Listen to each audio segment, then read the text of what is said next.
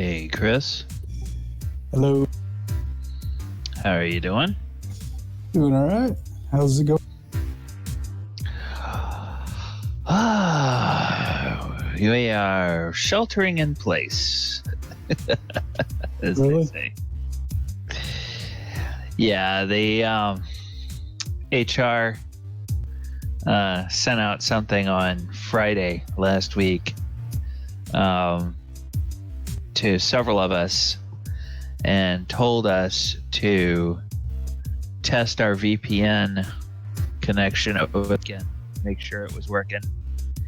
And then after we ran the test with IT that they asked, they then sent us a follow-up email on Sunday and said, okay, starting Monday, work from home for the foreseeable future. And so I've been sitting here looking at these four walls a lot, but still doing work, but working from here at home. Yeah, I have a feeling there's going to be just a lockdown quarantine ahead of us. I mean, that's pretty much the only way to contain a virus like this. If people are still going out and spreading it, it's just going to keep getting worse. Yeah, and of course you see the pictures from Miami and the beaches where, because it's spring break time and colleges have closed down, there's a lot of people that came down for spring break and said, oh, well, we're just going to keep partying on the beach all the time. So it's like, golly, crazy people. Yeah. I think what it is that, can you hear me, by the way? Yeah, you sound great. You sound great, Vernon. Yeah, I have to tune down a little bit because I'm living with people and their kids, but I'm used to adjusting my volume. I think what it is probably more of a delaying tactic. That the least people interfere with each other, the less it spreads, the more time they have to develop the treatments and cure as separate things, or symptom managements and cure, whatever it is they come up with. What they're trying to do is wait it out if the virus is not particularly strong against heat. As the temperature goes up, the spread will go down, and hopefully it'll just die out completely. I've heard that. Florida doesn't seem to be banking on that because they're closing things down until April, like middle of the month, is what I'm reading. And it's like, it gets hot in April. This is when this begins. Yeah, we're already getting daytime highs in the 80s now. Yeah, we're in the high 70s, low 80s also in Alabama. Yeah. But they've closed everything in Alabama too. I think it's still active to spread. You can still spread it indoors easily. Sure. Which is, one of the reasons to close down the large gatherings, the basketball, the movies, the arena concerts, all that kind of stuff, because of the potential to spread it indoors. Freaking Disney World.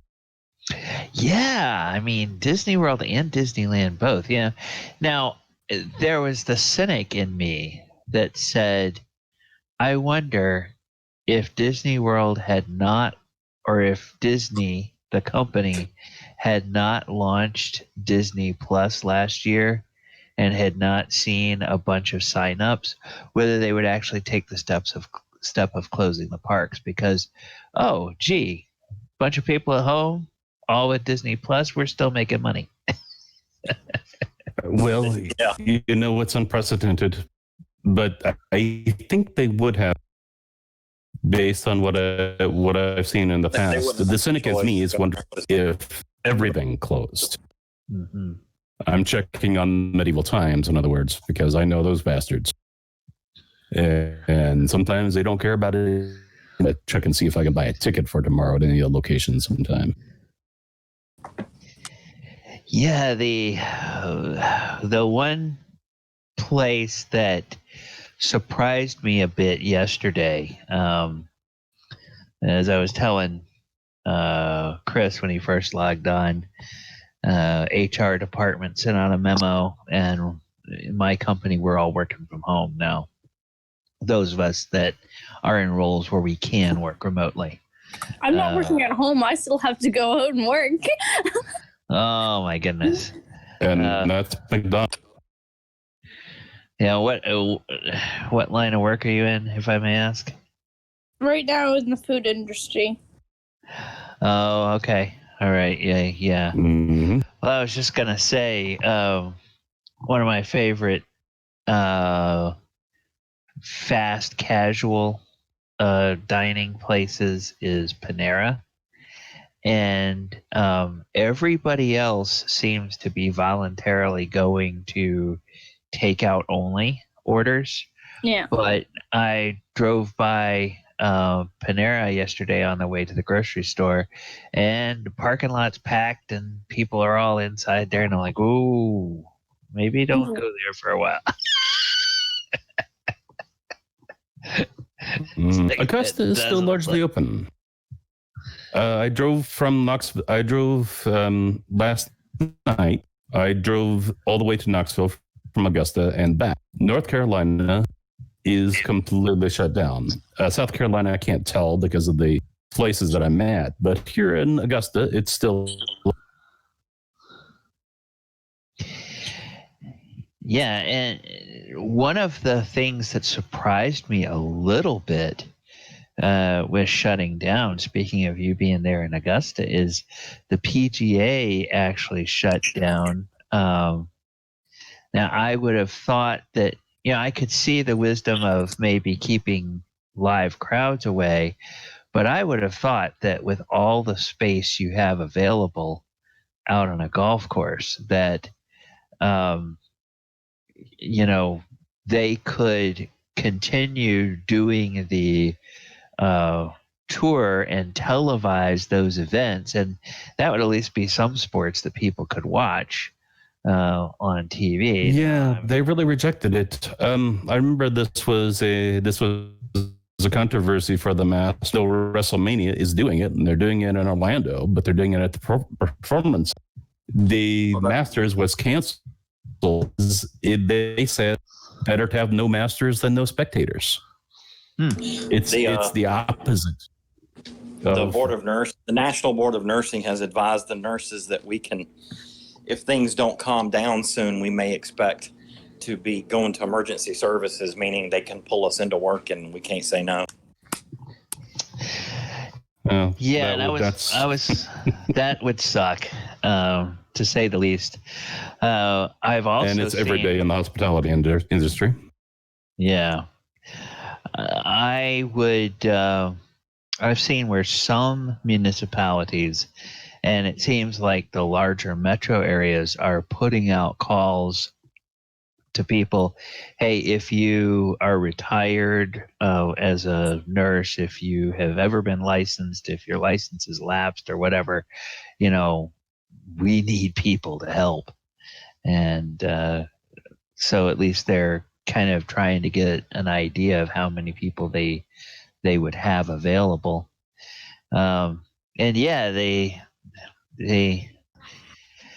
I don't know what to think about everything that's going on. I just hope that the people between the specialists in Washington and the CDC and the WHO, that they all know what they're doing, and that the politicians will sort of let them do it and then follow their recommendations in terms of whatever they can do policy-wise. So, that's about all we can hope for.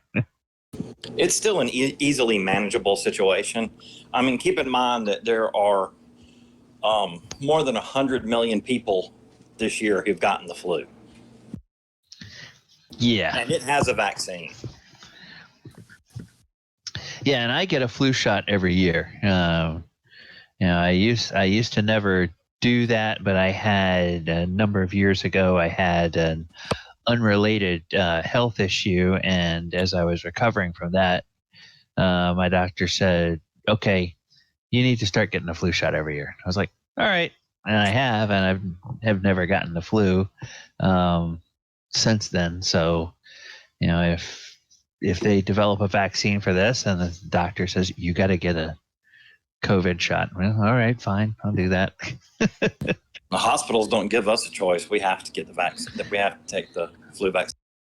Oh, yeah. Yeah, I would imagine. I mean, just any little extra layer of protection. And for them, it's probably as much about liability as anything else, because if they find out that there's a nurse who was not immunized that was treating a patient and that patient somehow got the flu, then they can say, well, you weren't protecting your people. Whatever. Okay, it's after 8 o'clock. We were off topic there, but just glad everybody has been able to make it. We do have a viewer on the stream, so welcome. And I am DM Gallibond, and tonight looks like we have a full house. I am joined by, with the exception of Michael, who will possibly be joining us on Discord at some point. But we have Chris, we have Ivy, James, Vern, and Wesley tonight. And it is session 11 of the Dragon of Icespire Peak. And last time that we saw our heroes, they were just finishing gearing up in Phandalin to head off to find a sword that they had heard about. There was a hero a century or so ago, or centuries ago, who was involved in killing a green dragon, and that hero fell in the battle, and she was buried with her magic sword. And that just happens to be sort of on the way to the logging camp. So, I believe everybody had finished buying their supplies. Dragon Slayer, here we come. All right. Well, as you get ready to head out from Phandalin, how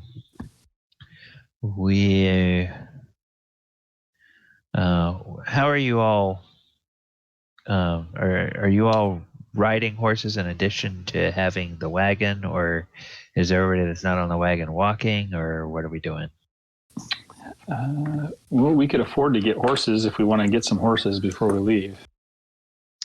Yeah, and if you don't want to pay the annual maintenance and upkeep costs and insurance, you can just lease the horses from the Phandalin Miners Exchange and turn them back in.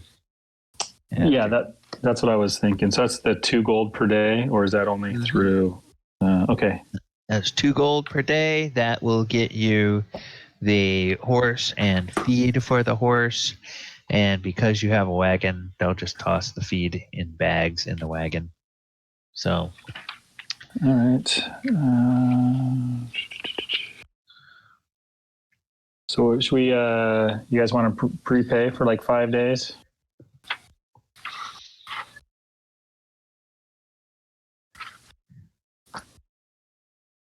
Yes, no.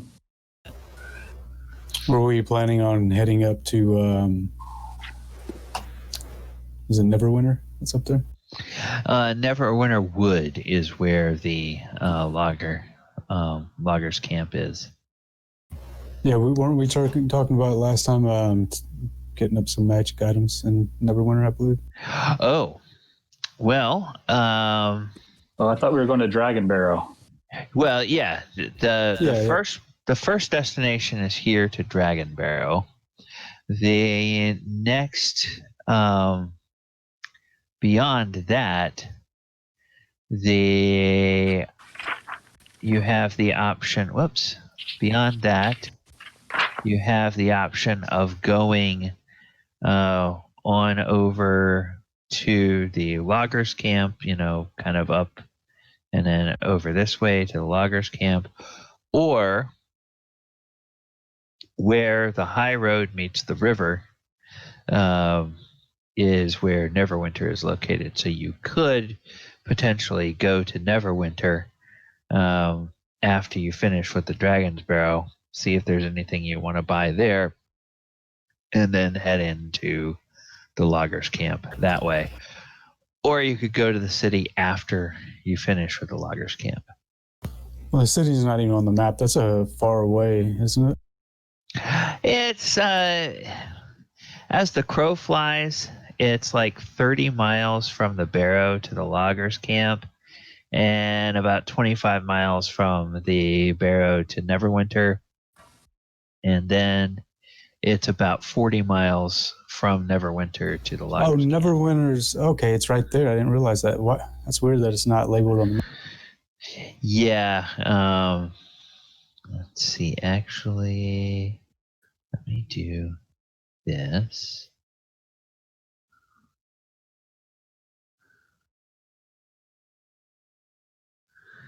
And then we'll do this. And then we'll do that. Okay. So, yeah.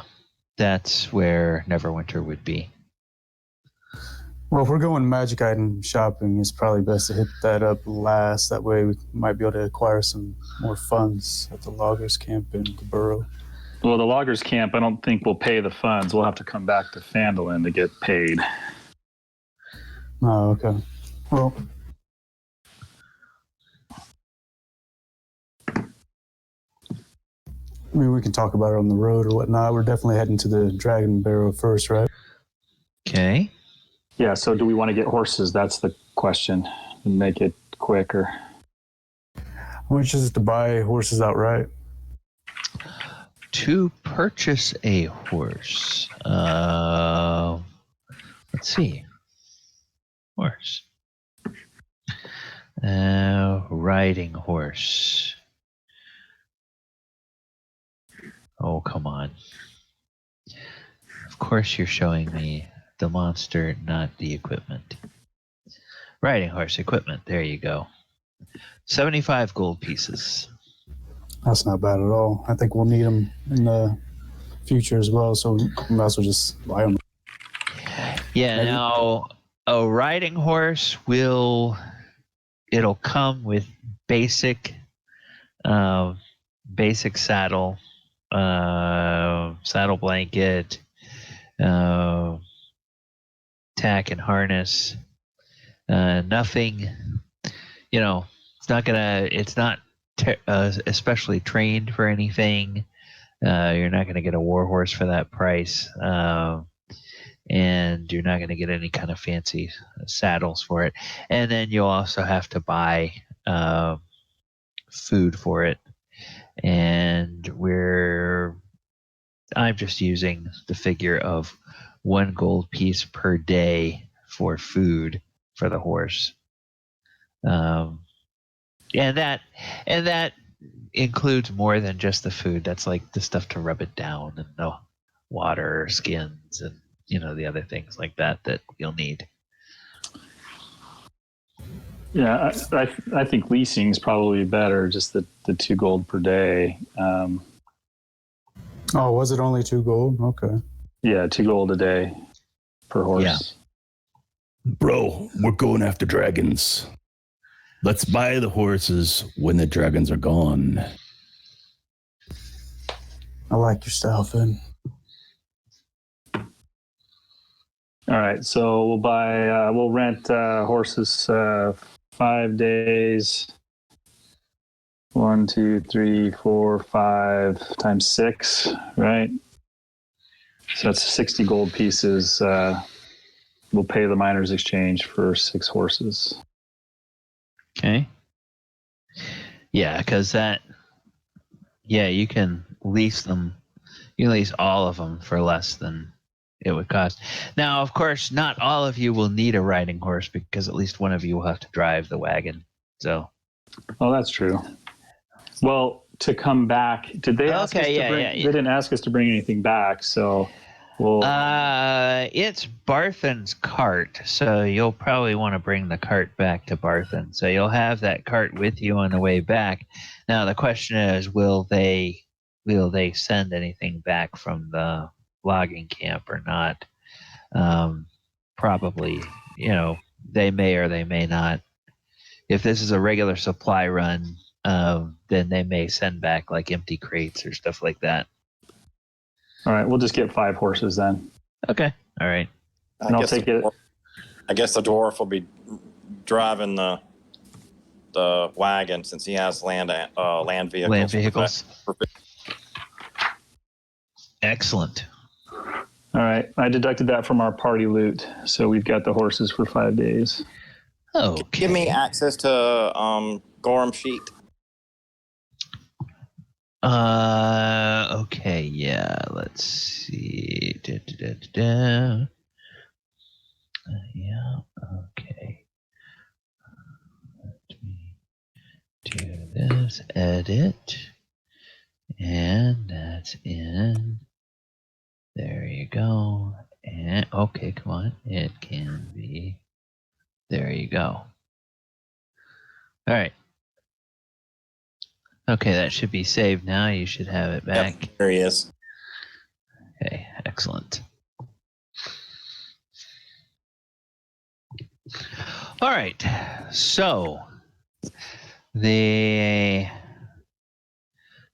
start off and you head up this little track to the Tribor Trail. And as you go, everything is pretty quiet on the road this morning. As you head out,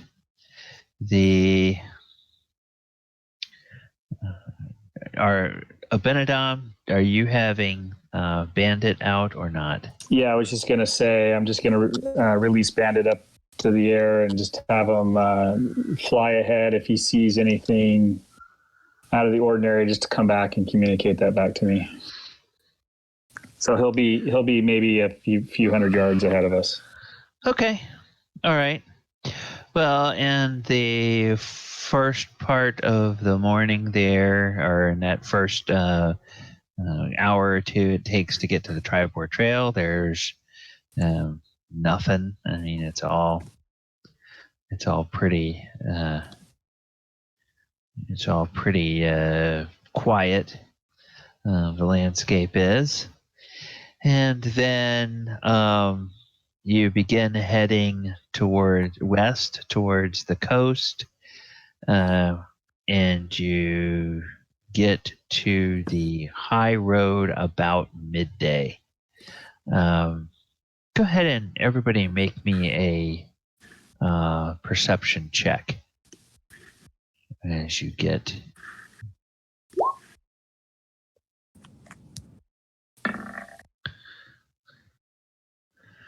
Okay. Well, Wesley, Hyza, and Abinadom, the three of you really have your sharp eyes out. Finn and Finn and Elle seem a little lost in their thoughts, but you guys see a caravan that has already passed the Tribal Trail going south towards Leyland. And there's some people that have some red cloaks that you notice on that caravan. looks like they're probably like an organized group of people, but they're too far away for you to tell what they are. But they just seem to be going down towards Leyland. Whether they're headed to that city or whether they're headed on down to Waterdeep, it's impossible to tell. Can I do a history check or to see if I know anything about red Yeah. apes?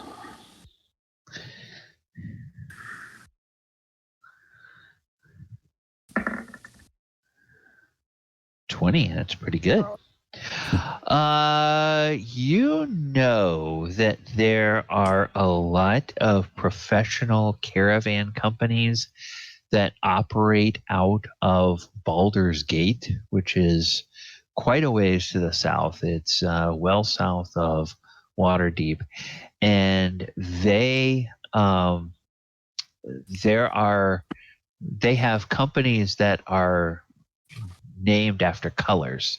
So they have the Red Guard Company, they have the Blue Guard Company, they have the Green Guard Company, they have the Black Guard Company, they have the Yellow Guard Company, and they are distinguished by the colors of cloaks that they wear.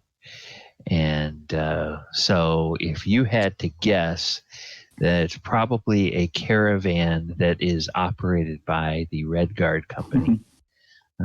And that those would be employees of the company that are part of the caravan that also act as caravan guards. Okay. All right. So then you turn north and head up towards the Dragon Barrow. And as you get maybe along here, come on. Oh, that's because as you get about here, you notice that there is a trail that you have been told to look for that heads off to the east, generally to the east, and that should take you towards the Dragon Barrow. It's getting to be evening time. You've had you've taken a couple of breaks. You took a mid-morning break to rest the horses for a few minutes. You took a lunch break to refill your bellies and rest your legs a little bit, and then you took an afternoon break to rest the horses again.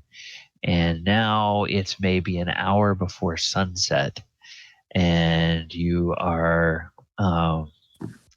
approaching the Dragon Barrow. So there's a cold wind is blowing in from the coast, and you can smell the scent of rain on the wind as it's coming in.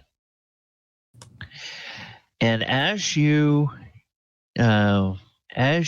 get closer to the hills, and you think you can see the slightly taller mound ahead that marks the barrow, a figure steps out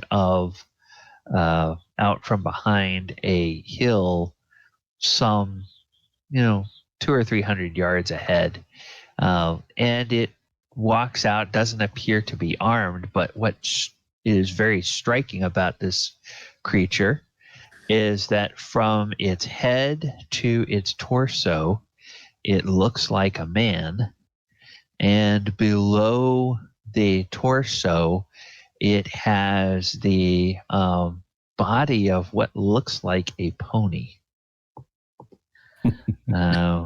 And you recognize that this is a centaur. And in 5th edition, for those of you who have played early earlier editions. In 5th edition, centaurs have been nerfed, and they are now medium-sized creatures instead of being large creatures like they were before. I guess they took a look at the rules and realized that if they gave it a large creature, then it would be kind of unbalanced with other playable races. So they said, nope, they're all medium creatures now. So that's why they have a body like a pony instead of a body like a horse.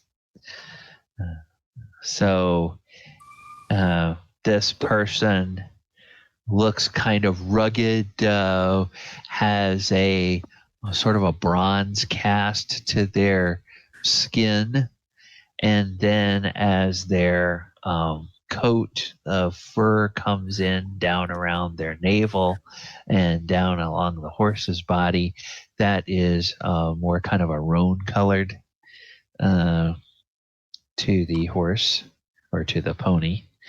And the creature raises a hand in greeting, palm open, not twiddling fingers, but just, very calmly and sort of off to the side of the path, not coming out to block your way.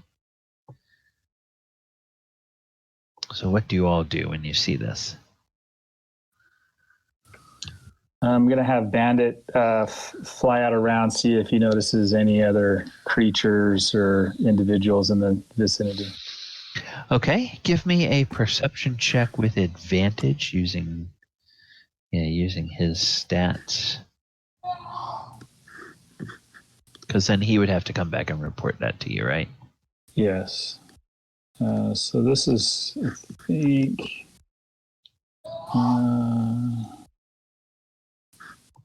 this here.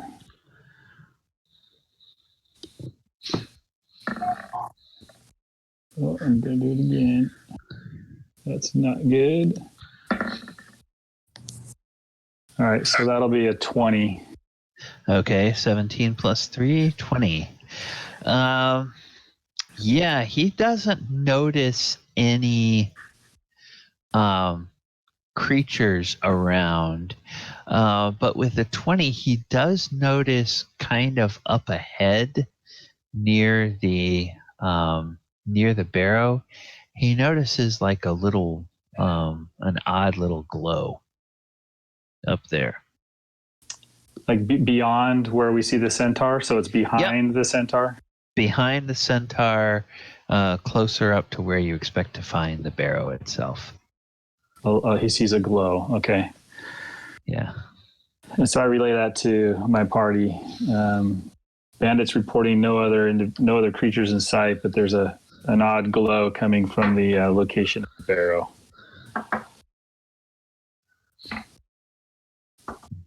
Meanwhile, are the horses in the cart, did you guys stop, or are you continuing to move forward?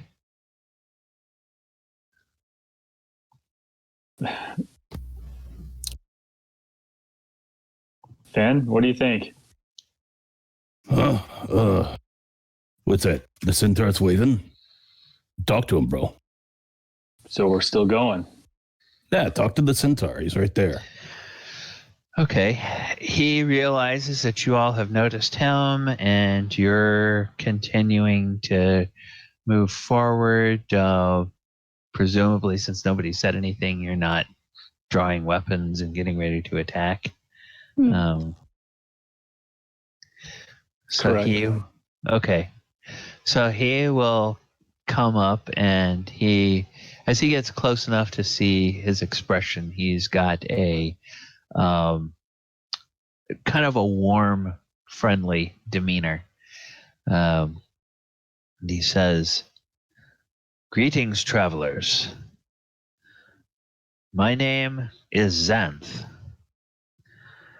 I would ask a favor of you. Although I suppose if you're here, that means you must be headed to the barrow."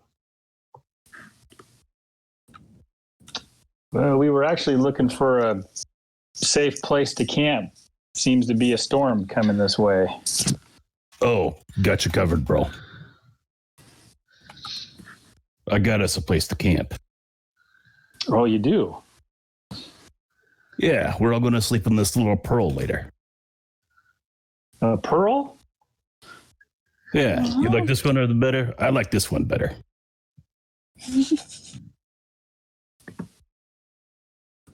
But let's talk to the man. Because favors is what we do here.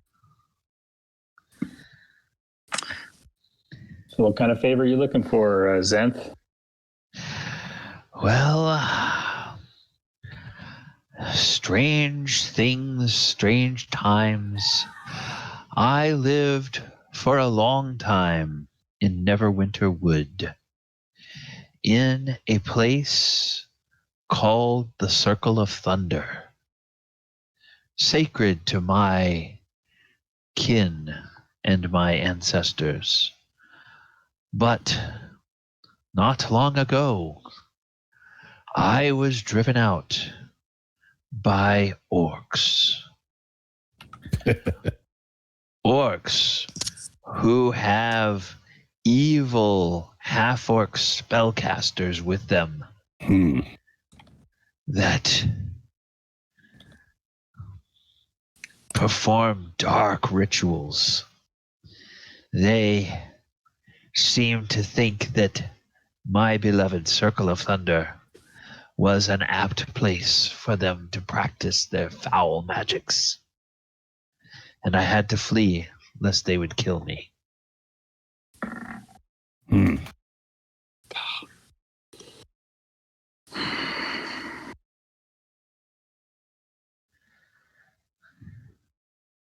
So you and anybody else get out of there? I am the only one that I know who was able to flee. Oh, so you don't know what happened to some of your friends? No, sadly I do not. They're other centaurs, right? So they're pretty fast. Yes, we are fleet of foot. Fleet of hoof, as you might say. And he looks at the horses you all have, and he nods and he says, "Fine animals. You have taken good care of them."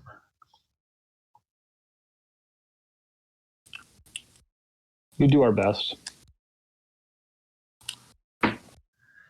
And I did an insight check earlier, but I don't think I really gained any. I don't think I gained any insight. Okay.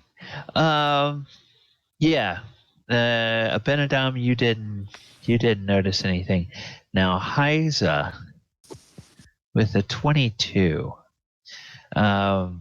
You don't sense any threat or deception from this centaur. He seems to be on a level.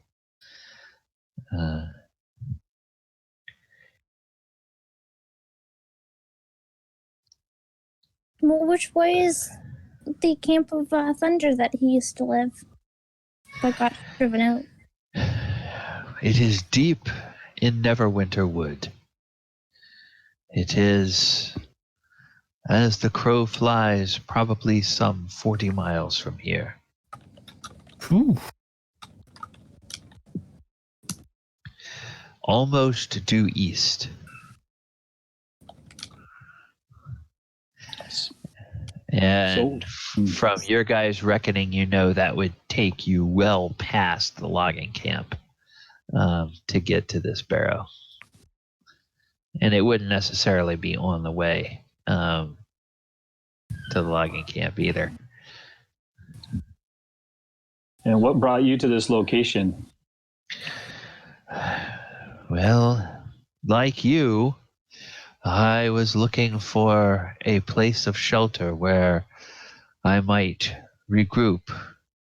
I had thought after a few days I might go looking for some of my friends, as you say, And if I could not find any of them, I thought I might look for one of the human settlements nearby. Understand there are several towns, and then I believe Neverwinter is near the sea, a bit to the north.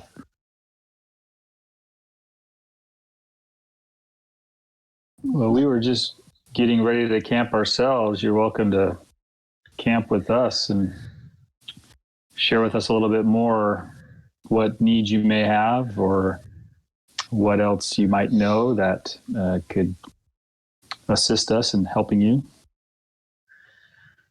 Very well. But let us not camp so close to the barrow.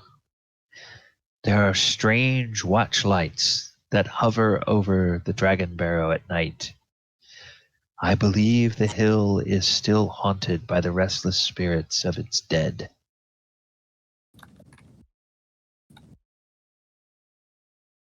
Okay. Yeah, I was just thinking it would be like that. And he says, "Come, I have a small place where I have found is good to build fires and is sheltered from the wind at night." And he turns and he heads a little bit off to the south and around a hill, and he kind of goes up a low hill and then into sort of a vale that's protected by several of the other hills. And he's got a ring of rocks there where it's clear there have been campfires burned recently, probably as recently as earlier in the day. And there's some wood piled up there, and there are a few meager possessions that are there, and some vegetation that's more or less kind of fashioned into something that might be like a crude nest or something. And he says, "This is my camp that I have kept these last 3 days." You've been sitting here camping for 3 days? Yes. Have you been waiting for someone? I remembered when I fled, as I was coming through the woods, that this barrow is a landmark that my people have talked about. I thought that perhaps if any of my other kindred managed to make it, they might come this way. So I thought I would wait a few days to see if any of them showed up.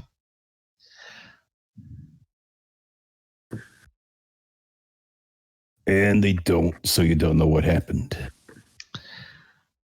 They have not yet, but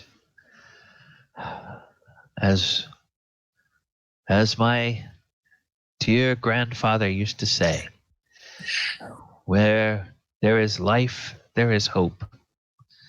So I yet live, so I have to hope that some of my kindred may have escaped with their lives as well. Oh, yeah. Wait a minute. How many orcs did you say were in this group? There were... I could not give you a count, at least 20. And half-orcs that hurled spells, lightning, and horrible things.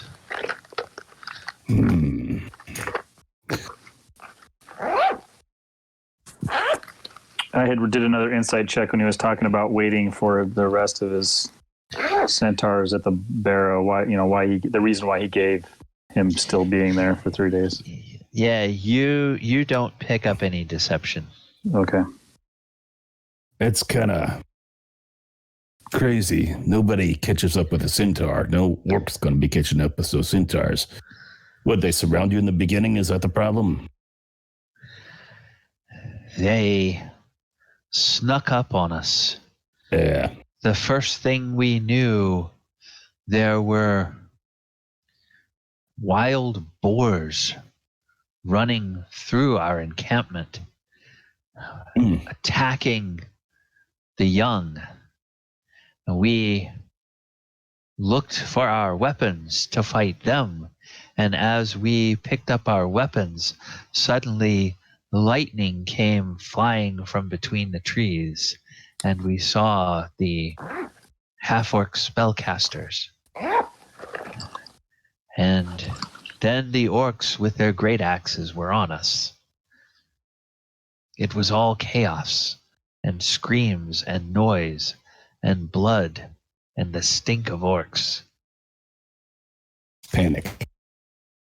Yeah. Yes. Yes, I'm afraid I did panic. I know the stink of orcs well. He looks up at the dwarf. He says, "Yes, Master Dwarf. Your race's hatred of orcs is legendary, even among our kin." Point me at them and I'll solve your problem. Well, look, it's we're talking about 20 with a bunch of casters and everything else with an aggressive pace. Those guys came to invade, and it probably wasn't the centaurs that they came to invade. Centaurs don't stay in one place very long. Not to mention, we've already got our hands full. Yeah, but I can't pass this up. Stallions got to stick together.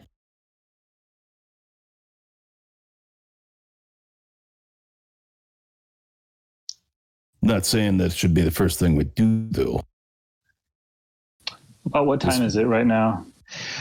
By this time, it's maybe a half hour has passed, so the sun is starting to set, and your horses are sort of sensing that maybe you guys are stopping for the night, so they're starting to kind of look around for something that looks nice and green that they can munch on. And about how far away are we from the barrow? You all moved off maybe like a quarter of a mile. Okay. So you're not terribly far away, but it's out of sight because of the hills between you and it.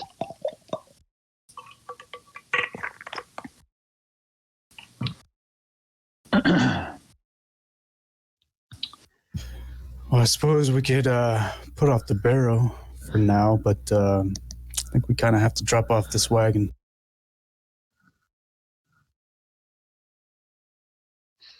Do we want to camp here? Yeah, I got a nice little surprise for you.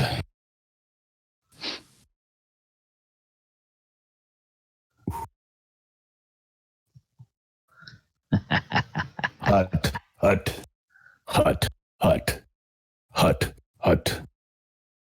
Finn's hut. Okay. When you cast this, what describe for your party members what this looks like, what Finn's hut looks like. Oh, I get to describe it? Yeah. Yeah, it's the first time anybody in the party has cast the spell, so you get to put your spin on it. Hold on, let me look at. I didn't think about that when I read it. Well, the first thing I'm thinking is that it's got a tin roof. Busted. Okay. Well, it says it's a dome, but you could have it maybe be look like tin. Just the ceiling, I think, or the roof, as it were. Okay. Let's see.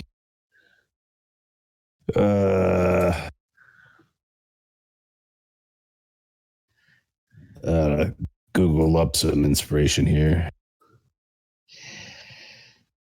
Yeah, now one other thing. Ooh, could be diamond. Could look like a diamond design. Oh, okay. Yeah, kind of a diamond shape. Let's do it like that. Okay. So we're really glamping tonight, guys. Too cool. Now, two things that, since this is the first time you have cast it, two things that you need to be aware of. Number one, it's centered on you, and you can't leave it. If you do, the spell dissipates. Second thing is, at the time you cast it, you can identify a total of 9 creatures, so yourself and 8 other creatures, that are allowed to pass into and out of the hut. Anybody you do not name is unable to enter. Right. The hut is opaque from the outside, but you can see through it from the inside. You can hear, I think you can hear conversations inside and out, so you can talk to somebody who's outside. However, no spells can be cast through it. So you cannot be inside and cast a spell out of it at a target outside, nor can a creature outside cast a spell through the hut inside. So, and then it's also temperature controlled or climate controlled. The atmosphere inside is comfortable and dry regardless of the weather outside. The weather outside is frightful. Yeah. And yeah, so it's... So I guess we this can is get where the we're sleeping. partying centaur in there. You are or are not going to allow the centaur? Yeah, he'll allow the centaur in there. Okay. All right. Stallions got to stick together. Okay. He says, "Oh, you are powerful sorcerers. This is incredible magic." We can make fancy tents. So he fixes Abinadom with a gaze, and he says, "You said earlier that you were looking for a place to camp, but I find it odd that in such a wide swath of the Sword Coast that you would choose to come this way unless you knew of the barrow and were hunting. Tell me, do you believe the rumors that I have heard about the barrow?" Well, I've heard just few rumors, but in fact, we are traveling farther to the northeast, and we saw a trail we thought would lead us quicker to the northeast. The weather was picking up. We saw these hills. We thought this would be a good place to camp. We didn't. I didn't know where the dragon barrow was or what's inside. I've only heard it by name. Okay, Abinadom, make me a deception check. Great. Dun, dun, dun. This is horrible.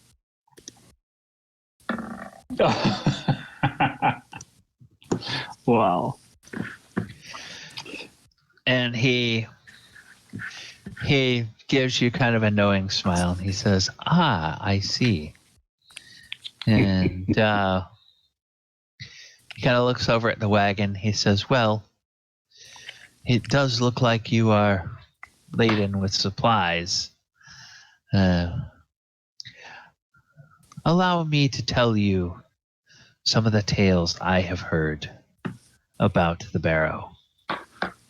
And basically, he repeats the same story you heard last week about the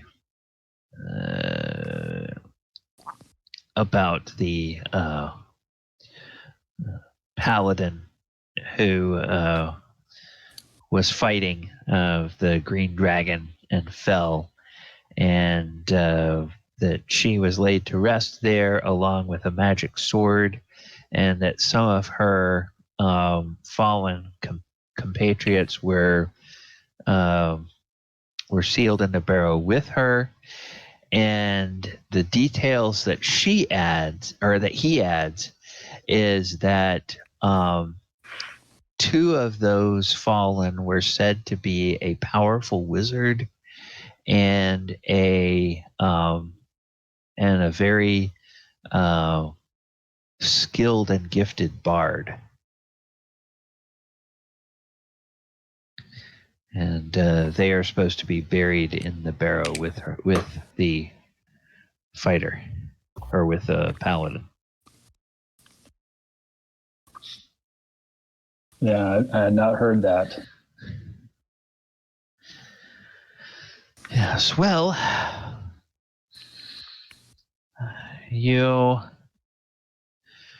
if I surmise from the evidence I see, perhaps you were headed to the barrow for your own purposes.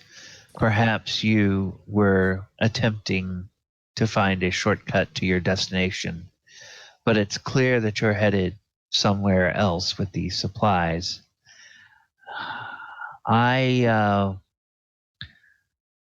Since I am not sure of the fate of my fallen companions, I can wait here another day if you all have designs on exploring the barrow. I myself will not go any nearer the place. The lights I have seen at night give me a bit of fright. So, if you all wish to explore, I will wait here. And on your return, if you allow me to accompany you to your destination with the wagon, I would then lead you on to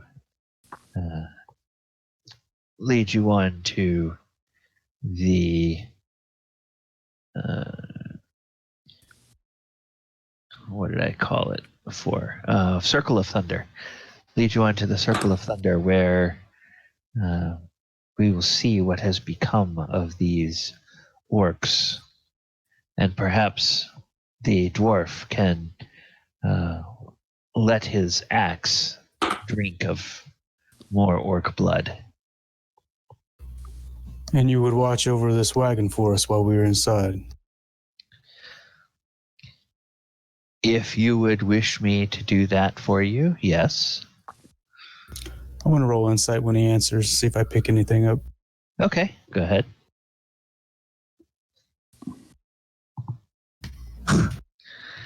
He seems perfectly trustworthy.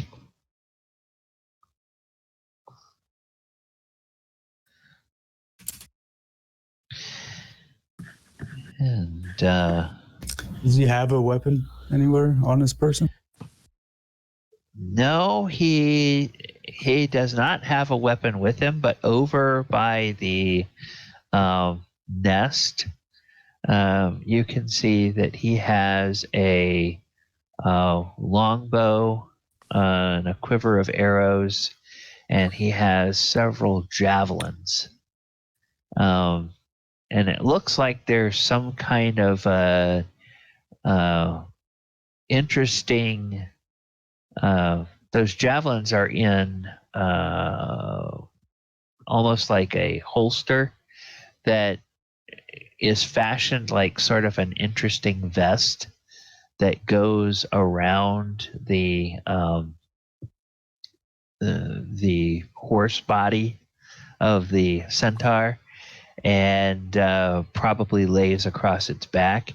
And it looks like those javelins would sort of rest along the flanks. So, like, perhaps as he is running, he could just reach down, grab one, hoist it up, and throw it. If he wasn't using his bow and arrow.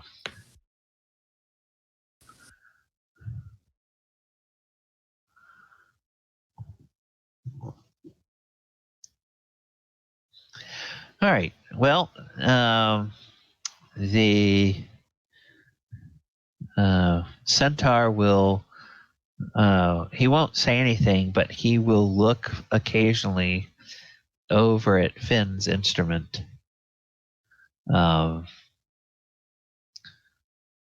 Almost like questioningly.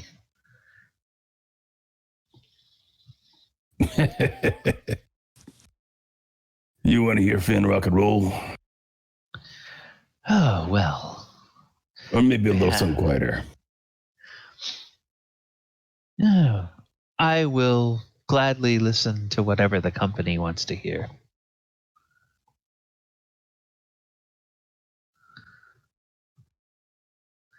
I have incense, I suppose. Sort of Incense. finds a corner and lays down. Yeah. Boom, boom. Oh. Let's see. You want to hear the quality of it? Should we roll for that separately? No. Yeah. There's actually nobody is injured, so it's fine because you'll recover it after a short rest anyway. So it's not like you're gonna Exactly. you're wasting it. But yeah, it's the night passes. You don't have to keep watch because you're in this impervious dome. Except for the horses are outside of it. Okay. Because there's more horses than we can fit in there. Yeah, I'll do my meditation for 4 hours and I'll keep watch the rest of the other. Okay.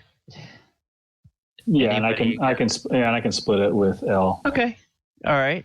So who's going to take the first watch?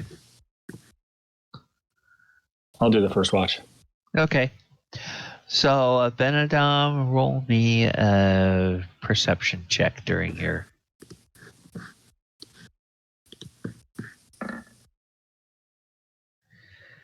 Yep, your watch passes pretty silently. There's a brief little sprinkle of rain, nothing too heavy, and you hear the sounds of some night birds, but that's about it, other than the wind.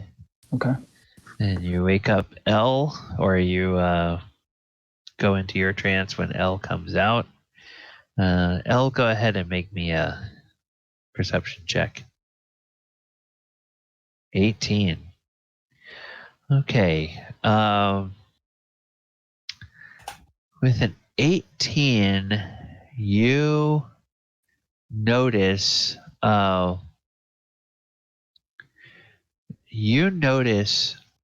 during late in the night, you're looking off in the direction that the barrow is, and you see like a little pulsing glow.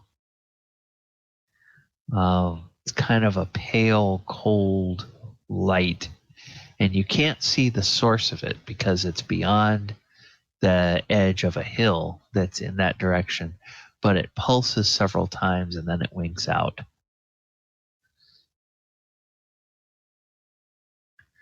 And that's all you notice. Anything I would know about this? I believe I did the roll for the barrow originally. Would I have known anything from the same source? Okay, you've heard a little bit from the You have a little bit of knowledge of the barrow. You've heard a little bit from the centaur.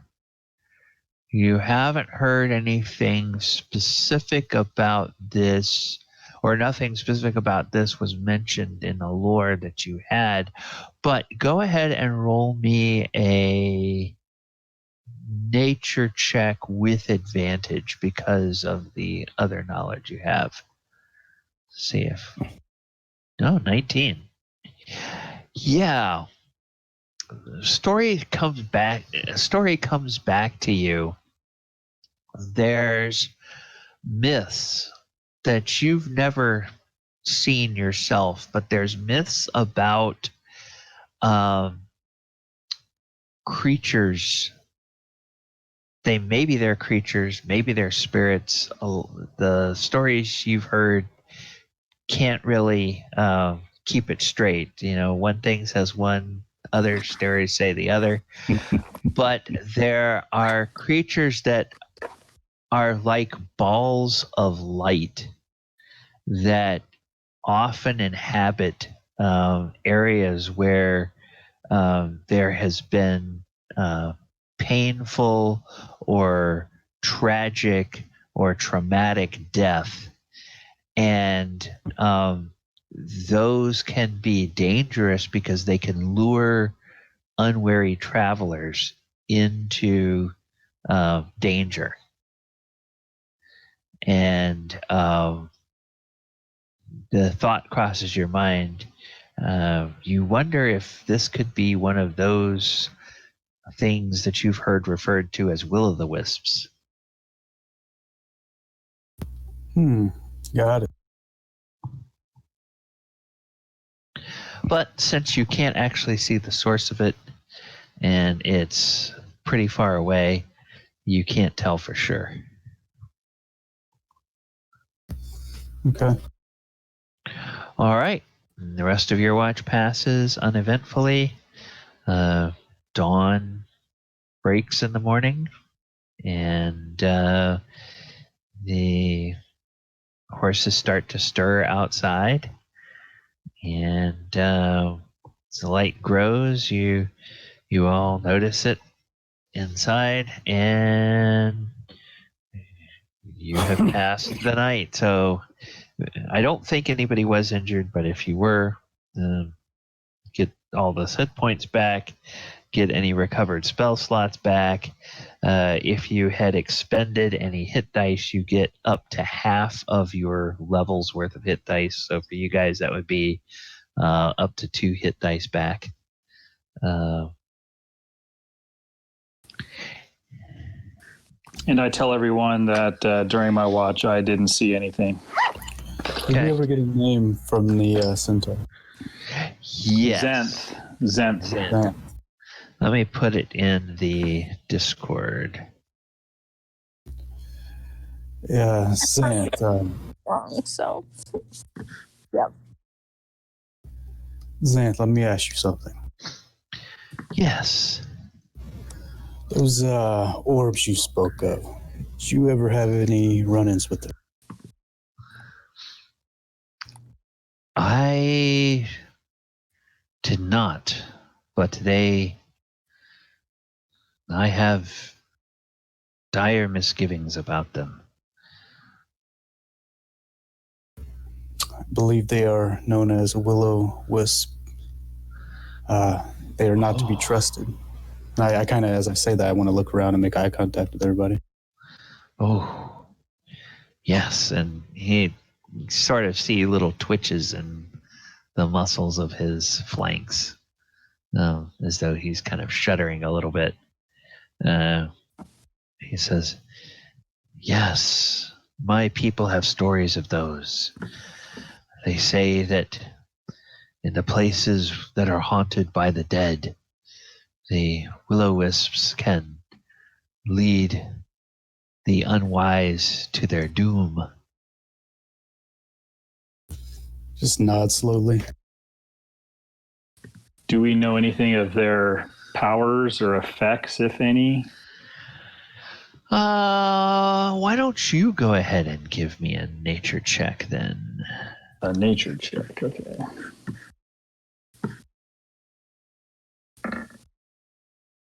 Probably not.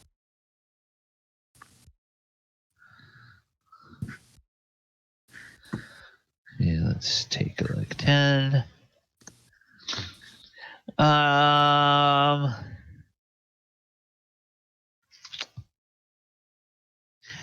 Yeah, I mean, you are a wizard, so you've studied all kinds of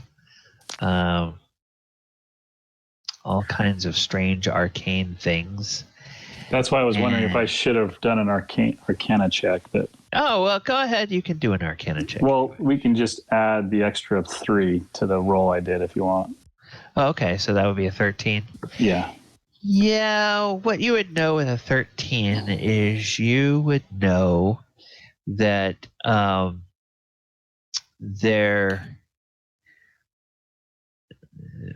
you've heard from people you trust that they can shoot lightning from them, and lightning that will hurt. You also have heard from those same people that these creatures appear to be able to move through other creatures and even solid objects. Like they can pass through walls and such. Now, there's apocryphal stories that you've heard from people you're not quite sure whether you trust or not, that they can magically become invisible, and that and the wildest story you've heard is that it can actually consume people's souls and turn them into creatures like itself. And do I know anything about weaknesses? No, but you're pretty sure that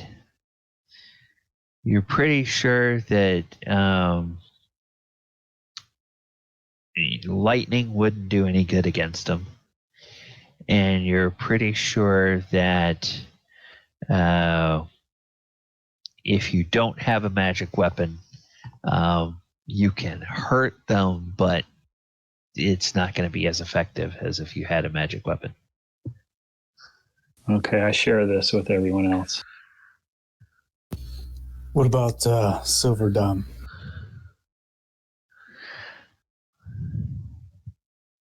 Abinadom doesn't know. I don't know.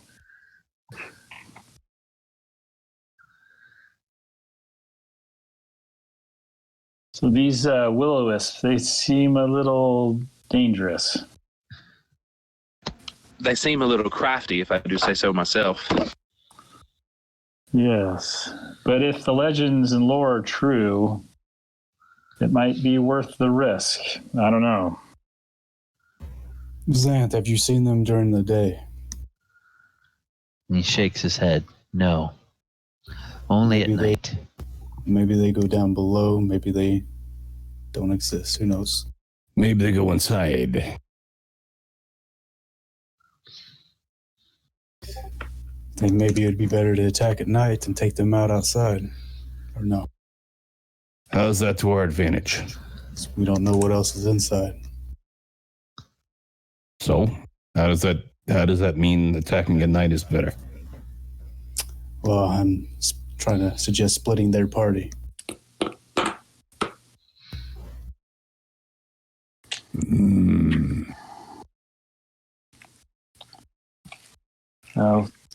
Don't know. Then again, we don't know that they do go inside, so... Don't know if that's a bad thing or a good thing. I say we check it out, and if it gets bad, we hightail it out of there and maybe try again at night. if they go inside at all.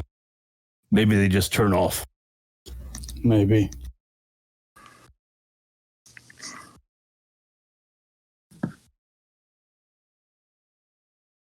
Should we take a vote? I say we go check it out. I'm feeling a little impatient. I agree. Well, like you said earlier, if anything does go wrong, we can try again later if that's a better option.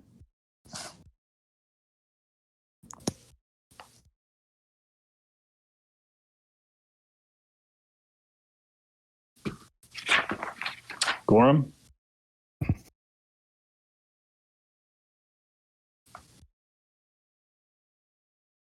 Did we lose Gorrim? Is he still sleeping? Looks like it. What do you think, Finn? You up for it? I'm thinking you go in the day. You know why? Because if they go in during the day, it's probably because they can't live outside. So there's an easy escape there.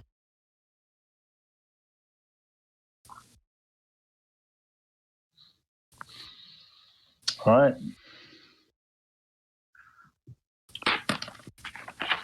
Let's have at it.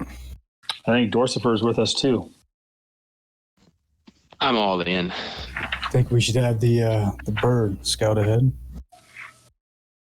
That would be a smart idea. Yeah, this time, if one of you could just guide me, I'm actually going to look through Bandit's eyes this time. I've got your back. All right, I guess we start heading. Do we want to leave the horse here and just walk the quarter mile? Zant said he'll take watch of our belongings till we return. I'd look at. And he nods. Yes, gladly. All right, I'm going to cast Mage Armor on myself first thing. Okay.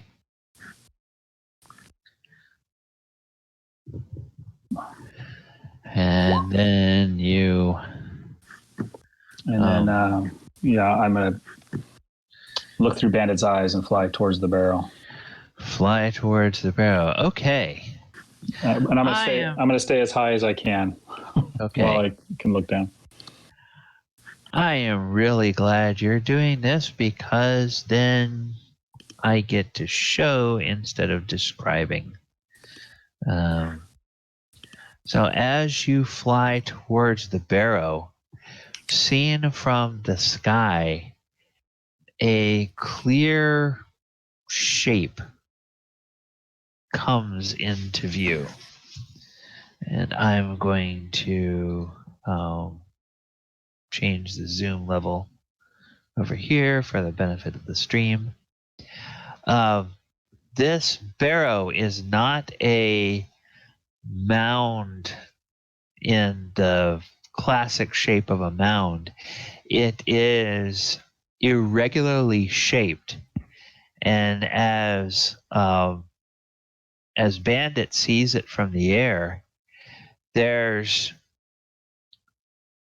a kind of a pattern to it emerges. To the south, there's kind of a triangular shape that might even be kind of like a head. Looks like a dragon. And stretched out, yes, to the east and west are wings, and then to the south, or I'm sorry, yeah, to the north is a tail. And then along the spine of the barrow, there are white stones that stand up about 10 feet out of the dirt or out of the earth. The high point of that ridge and that barrow is probably about 40 feet up from the surrounding area. And the stones stick another 10 feet up above that ridge. And we're coming from the north, correct? So we're coming at it from the tail, or If you leave from here, you'll probably go come at it from the southwest, maybe. okay. So between the wing and the head, kind of head at it that way. Okay, so Bandit flies, and so I don't see any lights or any other creatures or anything near the mounds or any cave entrances or anything. No, not from flying above. Okay.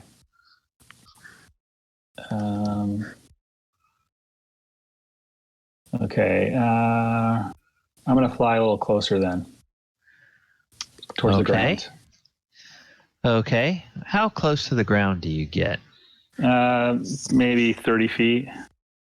Okay. So about 30 feet from the ridge. So maybe 40 feet above the ground, but 30 feet above the stones, the ridges. Okay. All right. As you fly along, give me a perception check, and once again, because it's bandit, you get advantage. And it's through the owl's eyes? Or mine? Just use whichever one is better, because it's your senses and the owl's senses. So whoever has a better perception check. Oh, wow.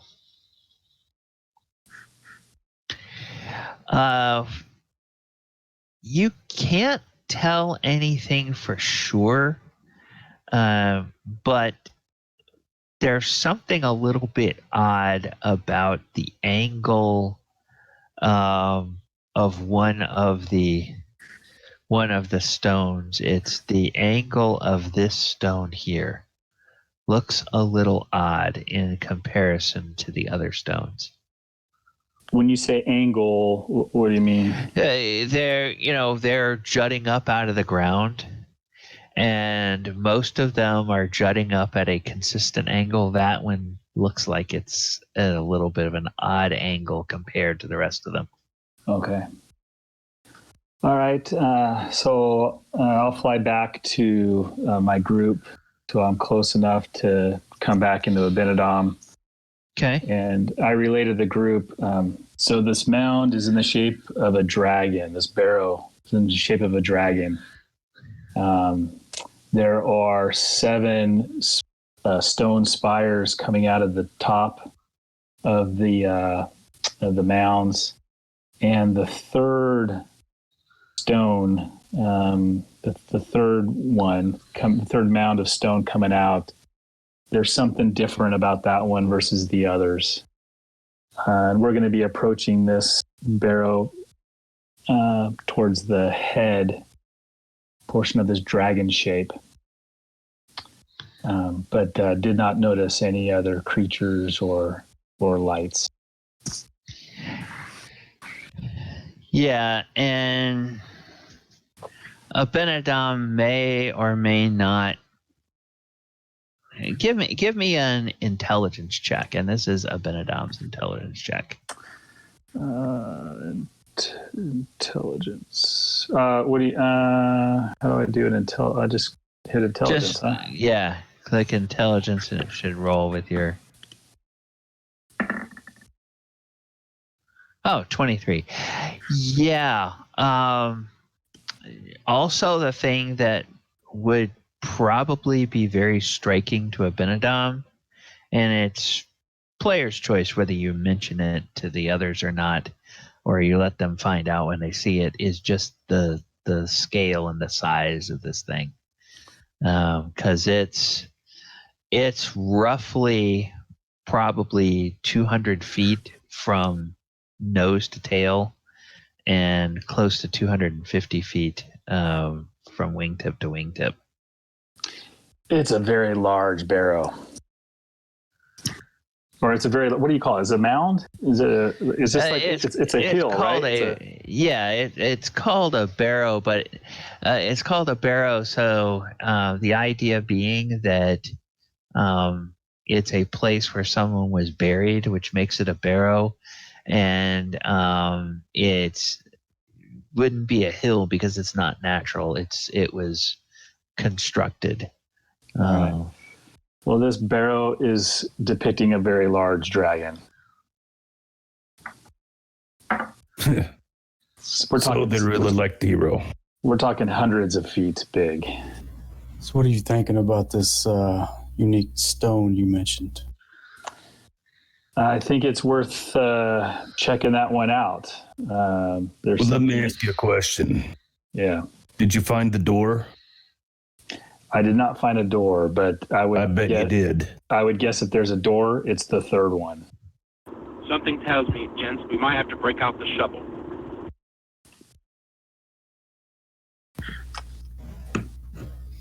Have we checked...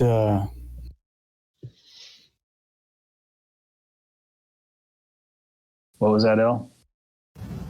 Just wondering, this is starting to sound an awful lot like maybe this is the actual remains of the dragon. And if we were going into a corpse, I would probably say we'd enter through the mouth, no? I don't know how you build a barrow out of a corpse. But it's worth looking at the mouth, yeah. I mean, dragons are magical, are they not? Well, we'll be hitting the mouth section of the barrow first, so we can head that way, and if we find nothing, climb up to the top and check out the stonework.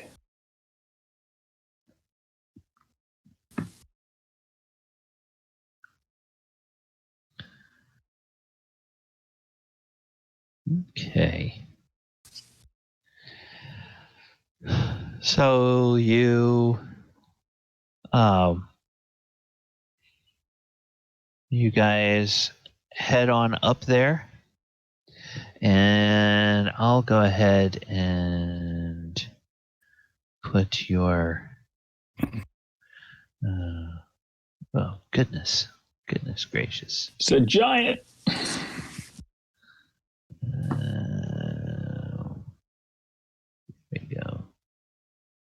There we go.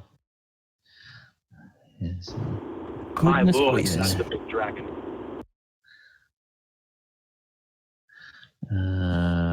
Dorzaphir.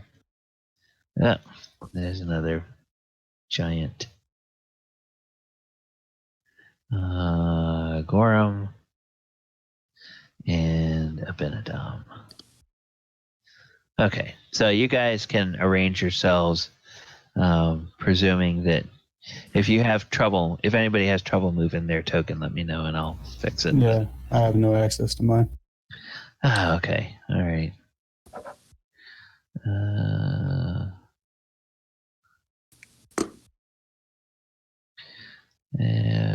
I'm good. That's L. And then save. There we go. Okay. No. Wait. Woo! Let me.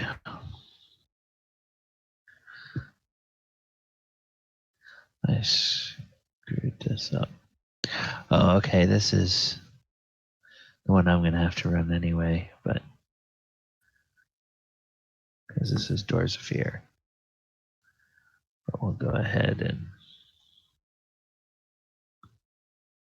Can y'all hear me? Yes. I'm just making sure. Also, no control over my token. Okay, I'll fix yours as well.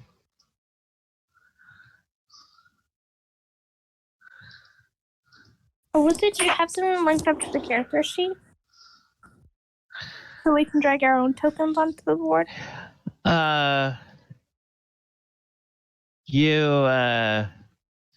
You can, but that's now that I've got it out there. Okay.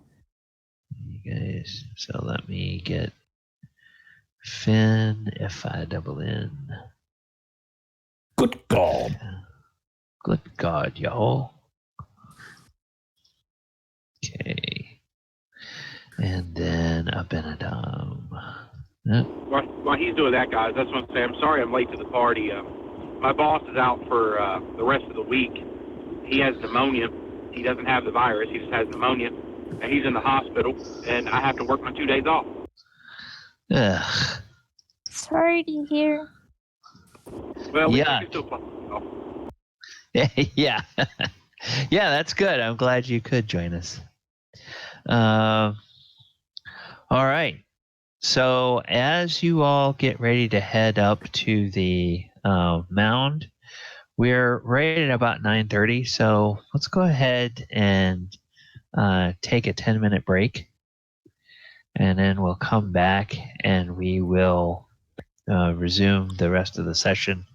Go ahead and take a bio break, grab something to eat, and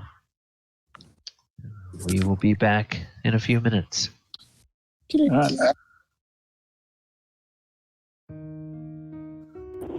Yeah, everybody, how y'all doing?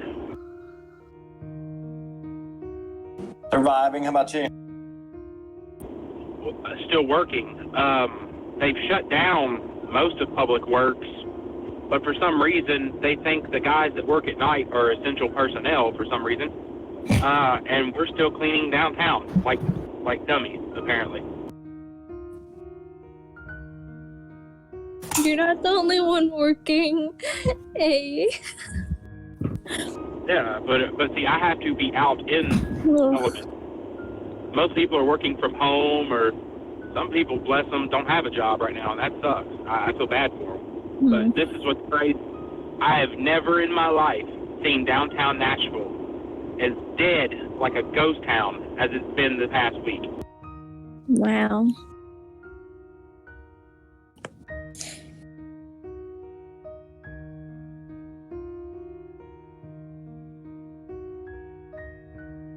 But yeah, my boss is pretty bad off. He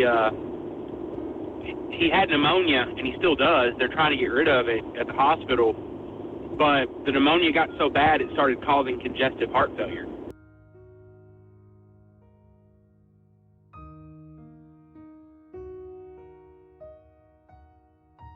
So he's going to be out till next week.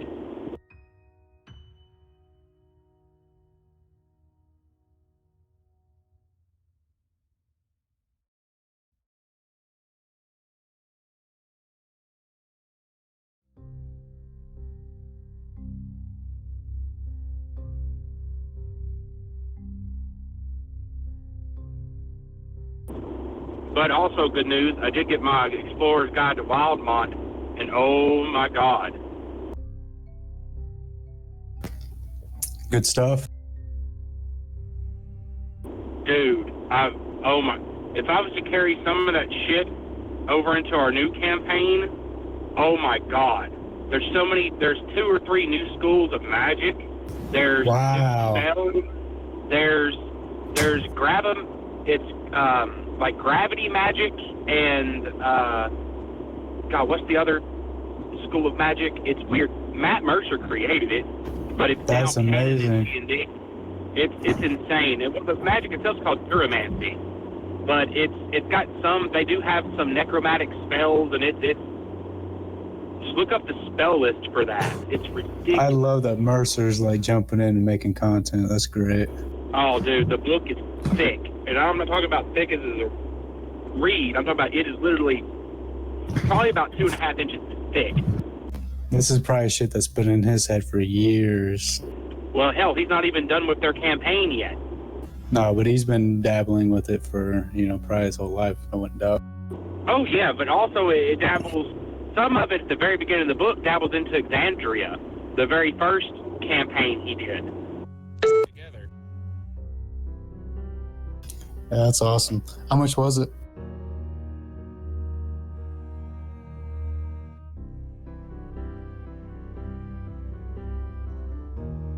Ro, I think his mic died. Yeah, he disappeared. Oh, There he was did? beep right before that. I heard that. Damn, I'm gonna have to check out that book, Gravity School of Magic. That sounds interesting. Really cool in the game, I bet. Combo that with a bunch of stuff, I'm assuming. That'd be real cool.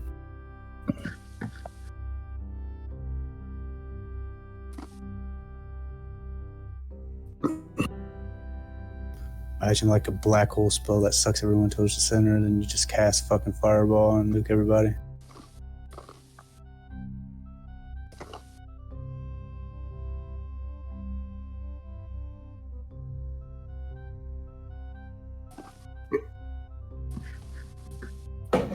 Or anti-gravity, you lift everyone up and then they can't move. They're spinning and they're in the same spot. Yeah. It's actually a lot. That's actually a great idea. Like, wow. Sorry about that. Work call. Somebody called right in the middle of me talking. So How rude. Yeah, they should call you up and ask first if they could do that.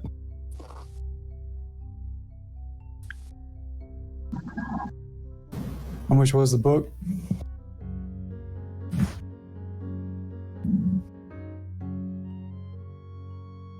Hold on. Let me disconnect and reconnect so it hooks up to my car. Hold on.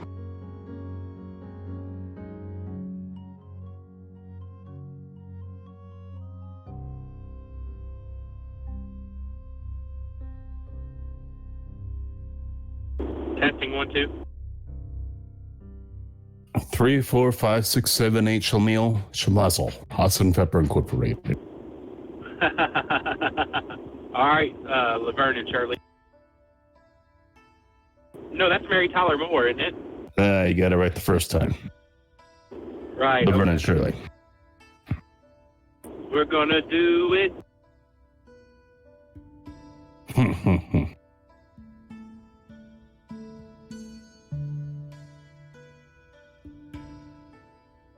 But no, it's been crazy at work, man.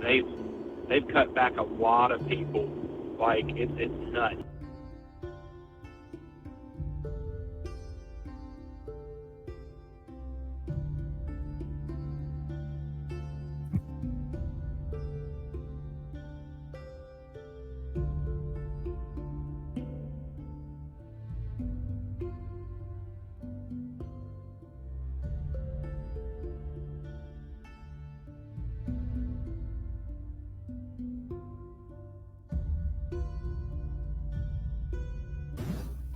Yo, is Wes here? Wes. Damn. Yeah, it shows them on Discord. I think he's the only person we haven't asked about ideas on the next campaign. No, he said on the text. He said And what? actually, somebody knew. He said something on the text, and then when we talked last week, somebody actually knew. Well, he mentioned a long time ago he might think about a paladin, but we haven't It was really heard Paladin from our him. wizard. That was the text one.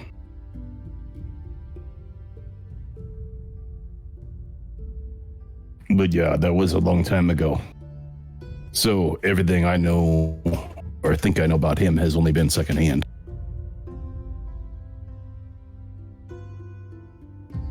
Well, at least my character started off as a rogue, so it's not too bad.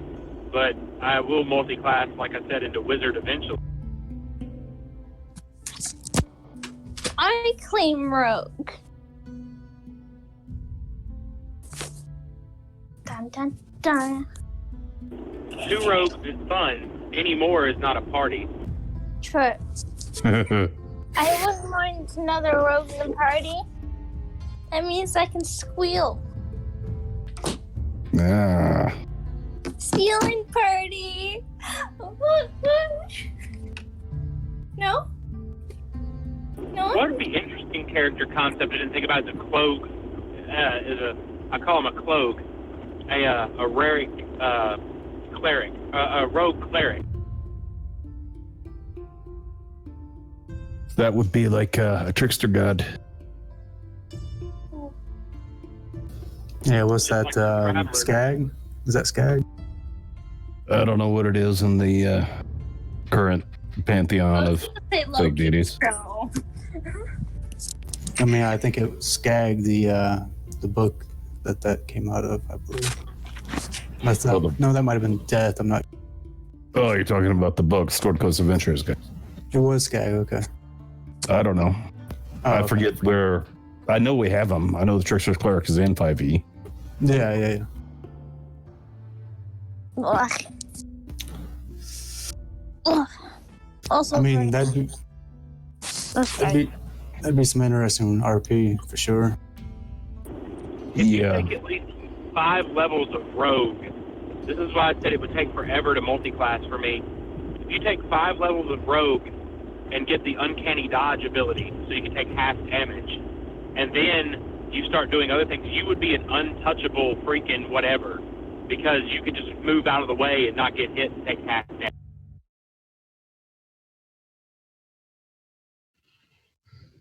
That's kind of what's up with Monk, too. Open hand Monk, anyway. Right. Oh yeah. All right. Welcome back, everyone.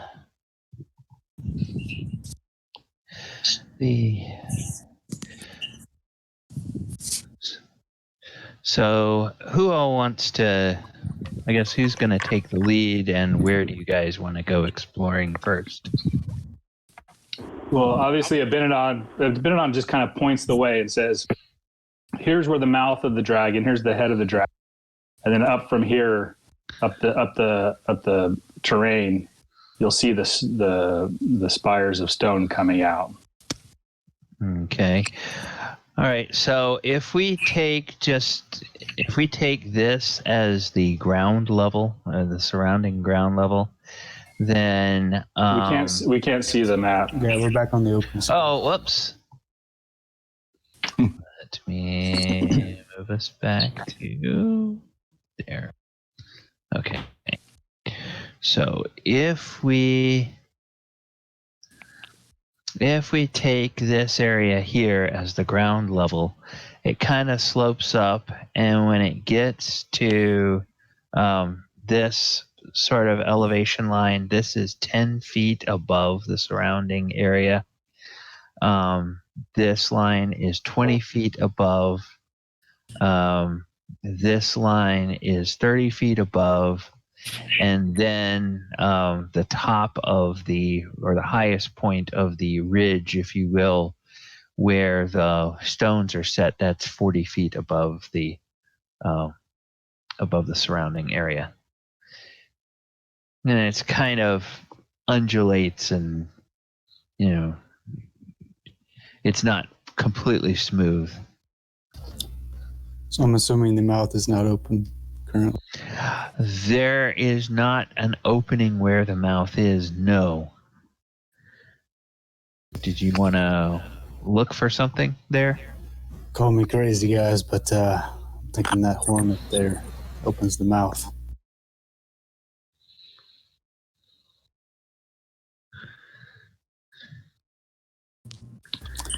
Up at the top. In other words, who's good at climbing? I have some good agility. Okay. So, Should I say? all right. So Dorzaphir, you come up, and you get near the top here. Now let me just go ahead and take a quick look at. Let's see the Dorzaphir.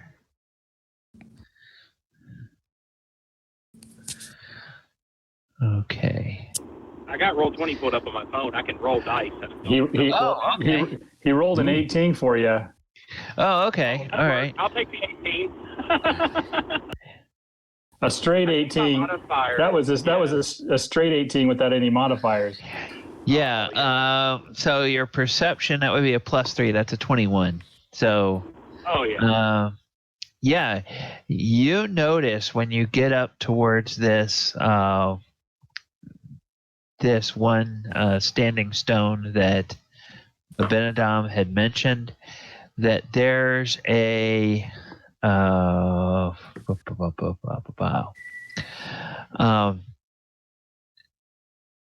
you can see that there's a slight opening beneath the base of this rock.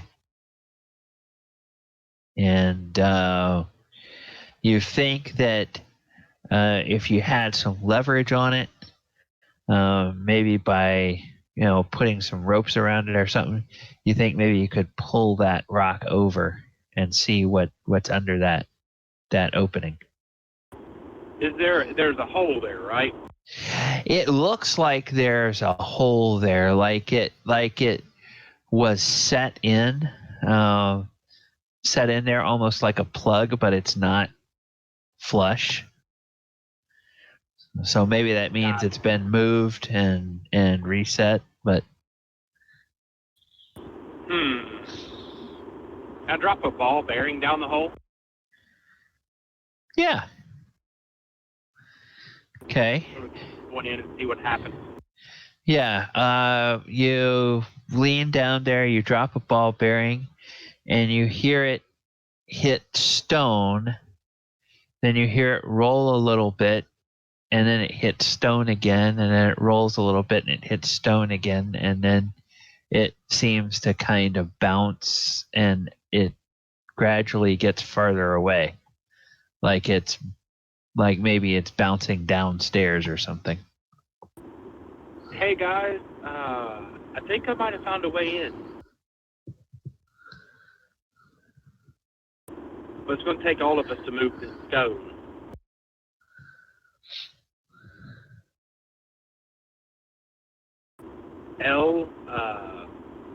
Somebody throw me a rope, and we need to pull this stone out. I'll hand him a rope. Okay. So yeah, you guys lash some rope around the top of this stone, and as those of you that help go up to help him, yeah, you can see where it looks like this thing is leaning over. It should be sitting flush, but it looks almost like this thing got removed and then put back, but it wasn't put back straight. And it's impossible to tell how long it's been that way.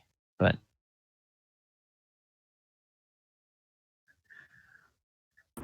Heave ho, gents, heave ho. okay, everybody who wants to can go ahead and give me a strength check, and we're going to add up the total of your strength checks to see if you can manage it. Okay, so Good God. all right, Finn, Abinadom, Dorzaphir, and Hyza, you guys all get on the rope, and you pull, and then Gorrim just says, Get out of the way, weaklings. "What are y'all doing up there?" And grabs a meaty dwarf hand and yanks on it, and there's almost like this little pop sound, and the stone falls over, and you see a nice round hole that goes down, and about 8 feet below the surface, you see a landing at the top of what looks like a spiral staircase leading down.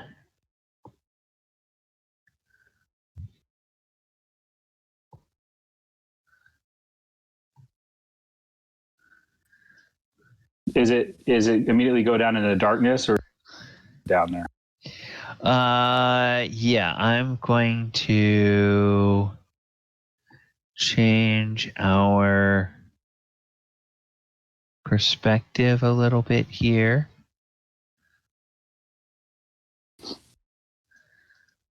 And show you what you'll see. Now, for those of you that are on a really tiny screen, this will be tough to see, but you can see the top of a spiral staircase here, and it looks like it winds down into the darkness. All right. I'm going to go ahead and cast Dancing Lights and throw all 4 orbs of light down and have them kind of spread out down as they go. Okay. All right. So you they start to go down, and you can tell, but they quickly disappear around a corner, so you can see the reflected illumination. But this staircase is only like 2 feet wide, so it's very narrow. Only one person at a time, or one dwarf or human-sized, medium-sized creature, I should say, at a time can go down these stairs. Dorzaphir? Yes, I think you're up, buddy. of course. Always put me in first. Thanks for the light, Steve. Do I have to ask, do you have invisibility set prepared for the day? I do. I think I do. Yes, I do. Would you like to be invisible, or would you like to sneak first? No. All right. Well, it's fine. I'm just making sure in case the shit gets deep. Yes, and as I do, I want to check for traps. I don't have the proficiency, but I still like to check for traps. Okay. All right. So go ahead and give me a perception check as you head down.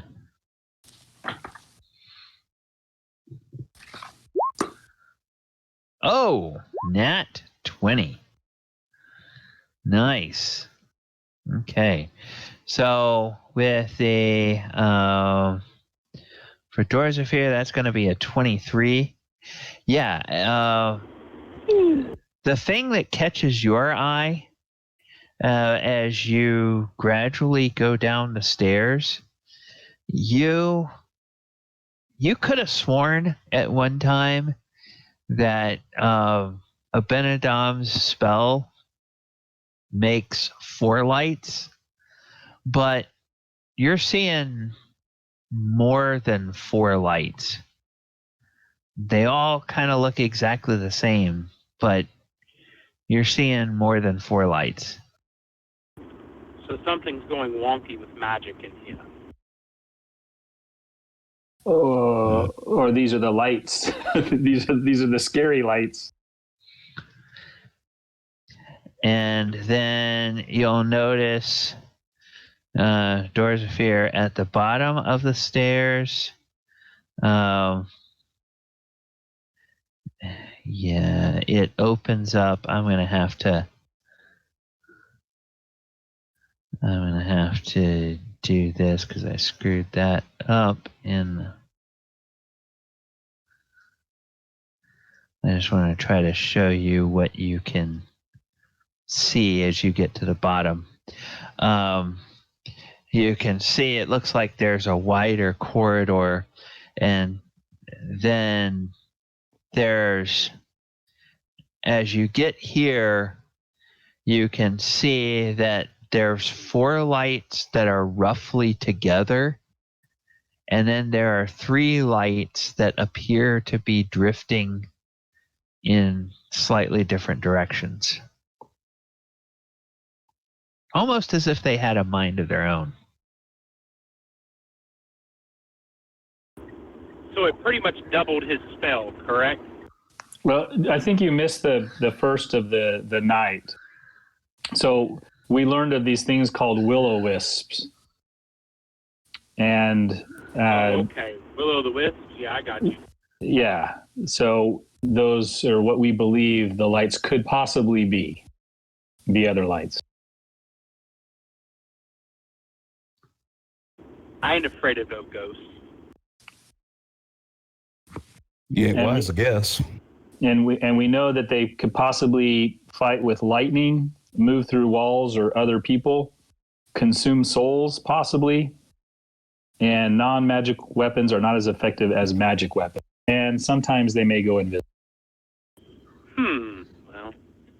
Well, I kind of whisper back up the stairs. Hey, it's a little bit wider down here. How about we all take it easy and just kind of get our mind on things, and everybody come meet up right down here at the bottom of the stairs.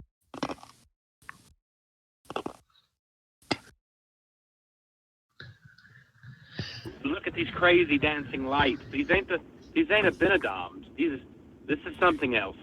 I think it's the will o' the wisps you were talking about. Yeah, but Dorzaphir, you could swear that you can't tell any difference between Abinadom's lights and the others. You just know there's more of them. These particular three, instead of kind of clumping together and moving as a group in the way that Abinadoms normally do, these kind of bob and move independently.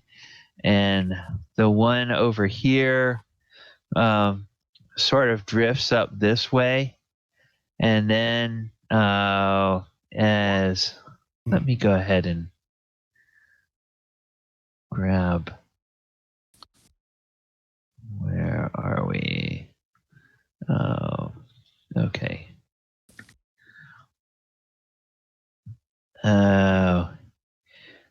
As Abinadom is standing, or Dorzaphir is standing there, this one will kind of move up this way, and when Dorzaphir just doesn't move, it will then eventually drift back a little closer, and then after a few seconds, it'll start to drift back up this way. And these other two do kind of the same thing. This one will sort of drift down this way, and then when Dorzaphir doesn't move, it'll kind of come back up, and this one sort of drifts off this way. And when Dorzaphir doesn't move, it comes back. So all I know is I'm holding a reaction or an action that if one of these things tries to attack me, I'm casting firebolt at it. Okay. Dude, they're trying to get you to follow them. Down 3 different paths. Yeah, that's all right, Scooby-Doo. Oh, wait, what is that? But, no. Jinkies. Well, maybe they just don't agree. So let's figure out the order here. Who's next? So after who's going down after Dorzaphir? Good question. Who would have been right behind me? Abinadom, maybe? Or Gorrim? I got the lights. I'll come down. These other guys are chicken. That's fair. Don't move. I'm right behind you. I can't really get behind you, but I'm right behind you. Well, I would move over a little bit to let people down the stairs, but don't move. So as I come down, I see. I was going to go ahead and open that area up a little bit because that'll give everybody room to put their tokens in. Dorzaphir, you can, we'll just say that now that you can see where this one tries to drift this way, this one tries to drift this way, and this one sort of hangs out down here. So there appears to be a hallway that's open where a light is not going directly to the east. We could possibly check that first. That sounds like a plan, because I really don't want to follow these. These aren't your dancing lights, are they? These are not my dancing lights, and I don't know if I'm ready to follow them, and I think we need to go as slowly as possible. I don't know if we want to antagonize these lights. That's fair. Let's go the path of least resistance. I think we should all go down the path that they're not down.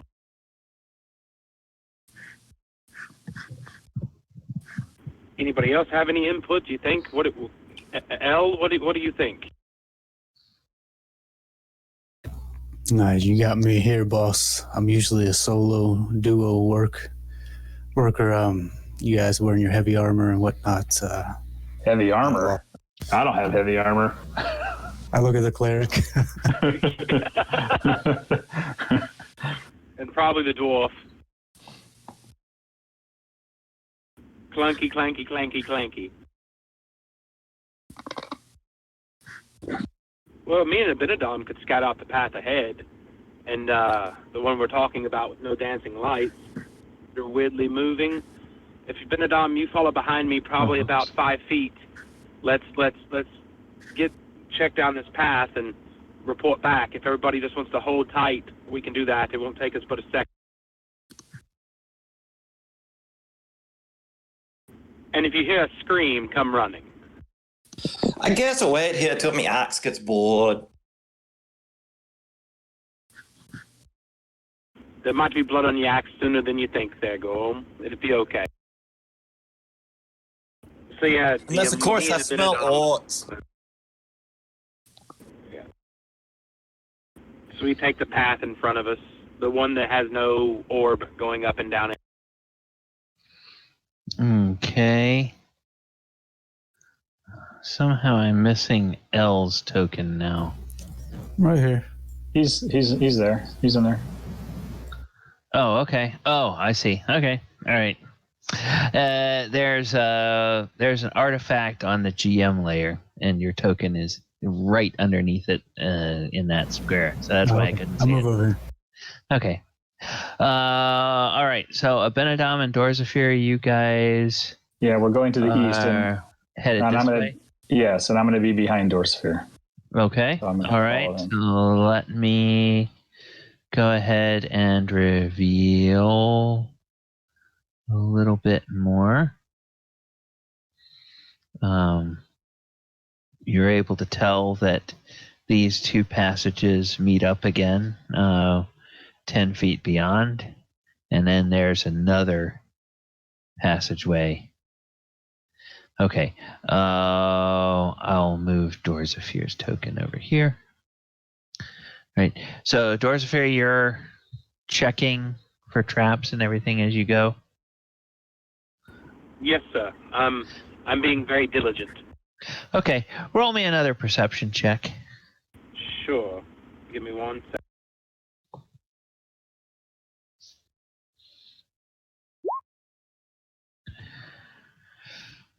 Okay, 12. You don't see anything. The rest of you, are you coming, when you come down to the bottom of the stairs, which way are you headed?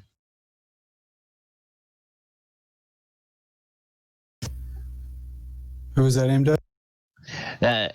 Everybody that's not Abinadom and Dorzaphir. So Elle, Hyza, Finn, and Gorrim. Oh, yeah. No, Finn's just sitting at the top of the stairs. Okay, so Finn is not yet coming down. I mean, he's down there. He's kind of at the top to see it. Okay. I'm either behind or in front of Finn, depending on if he decides to take the rear or not.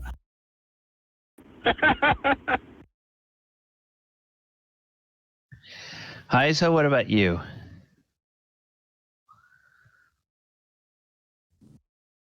I'll follow Dorsey and Abby. Okay. All Clank, right. clank, clank, clank. So she's over here. Gorrim, you're at the base of the stairs, is that right? Or are you still on the stairs? I'll be at the base waiting to hear Okay. for anything going on. All right. Well, there's been 1, 2, 3, 4 people come down the stairs. Nobody has followed these lights. So, Gorrim, what you notice is this light here begins to move up this way. This light here begins to move up this way. And this light here begins to move up this way. And, okay, yeah, perception. Yeah, they just kind of silently float by. Hyza and Abinadom, I'll let you guys give me perception checks as well.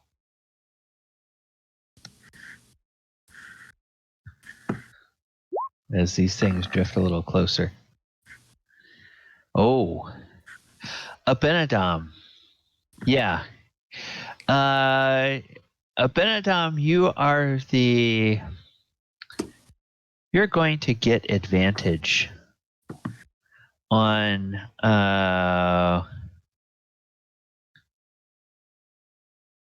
okay, actually you're going to confer disadvantage on this attack.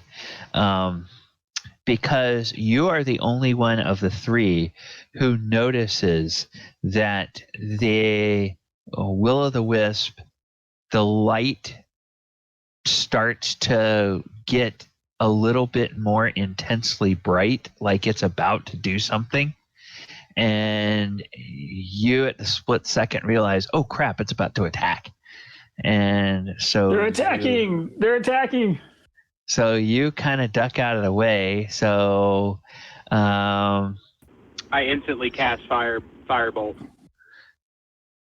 Okay. He yells that was my held reaction or held action. That if they started to attack, I'd instantly. Okay. Well, in that case, since Abinadom gave a warning, I'm just going to say they do not, in fact, get a surprise round. So we're just going to let me, before anybody does anything. Okay. All right. I'm going to go ahead and add these guys to the initiative list. And now I otherwise cleared the list, so you guys can all go ahead and roll initiative. I think if you click your token, if you're able to, Dorzaphir, I know that doesn't apply to you. What is Dorzaphir's dex? It's a 3, so that's a 6. 6.16.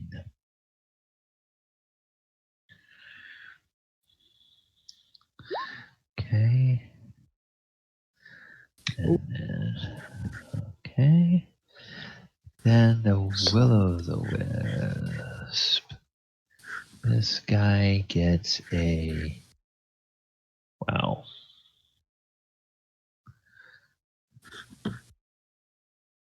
Wow, I can actually move my token on my phone. Wow, this is interesting.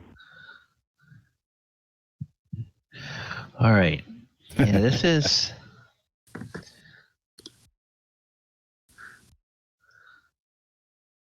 I will make it work, dang it. I'm not missing a session. I won't try to miss one. Okay, so let's do this. Wow. Okay. What? Holy crap. 29? Oh my gosh. Oh. Wow, that's plus weird. 9 to initiative? Goodness gracious. Good God, Ben. 29, 20. Initiative too. And then... Holy cow. And then 18. Whoops. 18. Come on. What is there? Yeah. 20. Well, that's the thing, is they have a 28 dexterity. Jeez. I guess that's what you get when you can fly through stuff. Yeah. So, Abinadom, what's your actual dex score? It is 17s. It's 18. Okay. And Finn, what's your dex score? 14 or 16? Dexterity score is no, that's 14. 14. And Gorrim, what was your dexterity score?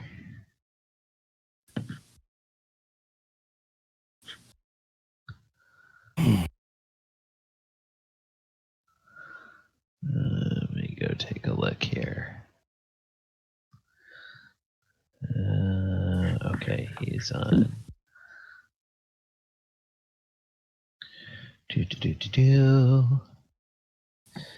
He has 13. Okay, so. All right.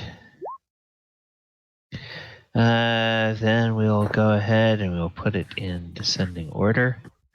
Oh, and hey, guess what? These guys all go first. So this one is going to attack Gorrim with a little zap of electricity comes out. And yep. Okay. 16, I don't think that's going to hit Gorrim. Oh, no.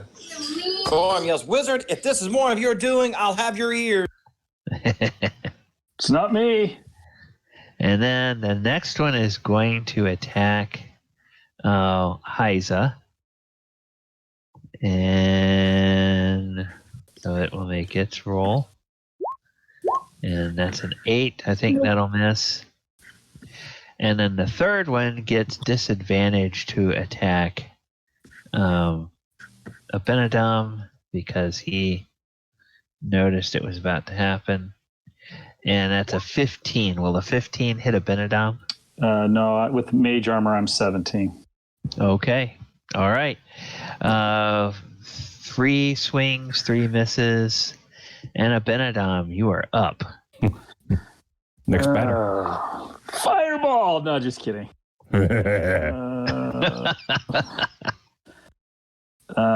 Let's see here. Gosh, I don't know what works against these guys. All right, I'm gonna cast magic missile at the one right in front of me. Okay. Because I think I still have. Yeah, or is he too close to me? No, you can do that. Let's see.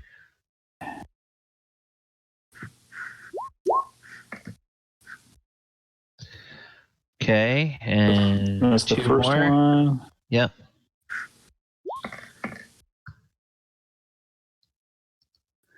Okay, so 4 and 4, 8 and 5 is 13. So, minus. All right. With that, this creature is bloodied. You can see each time a magic missile strikes, it pulses a little bit, and then after the third one, it's quite a bit dimmer than it was before. So that's how you can tell it's bloodied. Okay, and then I'm gonna. I can't move away without him doing something. Correct. Because I'm on. Okay, all right, I'll stay there. All right. He would take an opportunity attack if you tried to move away. Okay. But then, Finn, you are up. Yeah. All right. Can you describe again what I see at the top of the stairs? You see a narrow 2-foot wide stairway spiraling down. Okay, so I'm hearing it, but I'm not seeing it. Yeah, okay. Now, I don't know what happened here because I thought I had put everything on yours, but it's, for some reason, we lost yours. Okay, now you should be able to control your token again. Oh, I lost control. But more importantly, the light, there wasn't any sudden door shutting somehow, Nope. which is what he was up there for. Now, as far as dirty trick of the night, I'm going to do something nasty here. because he really doesn't have much for this situation. I'm going to cast light on the dwarf's armor. Okay. Let's see how they like that. And then it goes back upstairs to make sure the door doesn't shut. Okay. Yeah. The door, if you will, is a plug of rock and sod that's at the base of this rock, and it is now laying over to the side. So there's not like a hinge or anything, and it's a pretty heavy, big 10-foot tall slab of rock. So unless there's a giant around to come along and grab it and shove it back in the hole, not likely that this thing is going to close by itself. Okay, well, just checking. Okay. And the light spell might affect the wisp, or it might not. Okay, so let me see. Gorrim is now shiny, all lit up. He's shiny. Okay. And cursing loudly. And speaking of Gorrim, you are up, sir. Damn wizards, their crazy spells going awry. I told you it's not me. And it always comes down to a dwarf and his axe, does it not?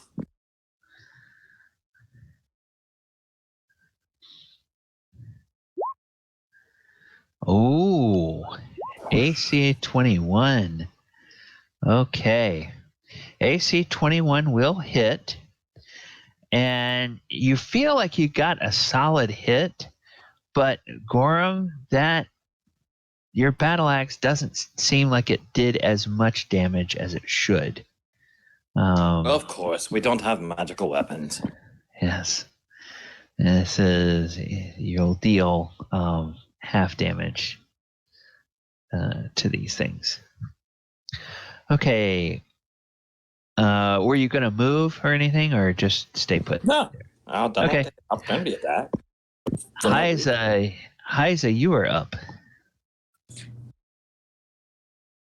I'm not sure if touching these are perfectly safe or not. So would possibly... Do I sense any danger of touching these? Well, you realize that just tried to shock you, so you don't know if touching it will shock you or whether that's some sort of attack it has to do. But you have seen it lash out with electrical energy, like tiny lightning bolts. It's probably not the best idea. I'm going to cast Spirit Guardians around me. Oh, okay. Now, the Spirit Guardians, if I recall correctly, there's a component that you have to... My holy symbol. Well, no, what I'm thinking is there's something you have to be sure you do when you cast it. Okay. When you cast this spell, and this is wording we have to be careful of here, you can designate any number of creatures that you can see that will be unaffected by it. So you have to have line of sight to creatures to get them out of the effect.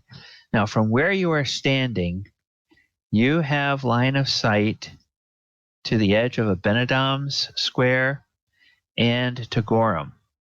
But those are the only two people that you can exempt from it. And otherwise, there's going to be a 15-foot sphere around, or a 15-foot radius around you, which I am going to put an aura on you so that you can see that. Okay, so aura 1 is 15 feet, and everybody can see. So even looking at Abinadom, I can't just see Dorothy out of the corner of my eye or anything? Nope. So Yeah, I guess actually, you kind of could see Dorzaphir down there. So yeah, you could see him, but you can't see Elle and you can't see Finn. No. So if they come charging down the stairs, they're gonna run right into your spirit guardians and start to get slashed up by them.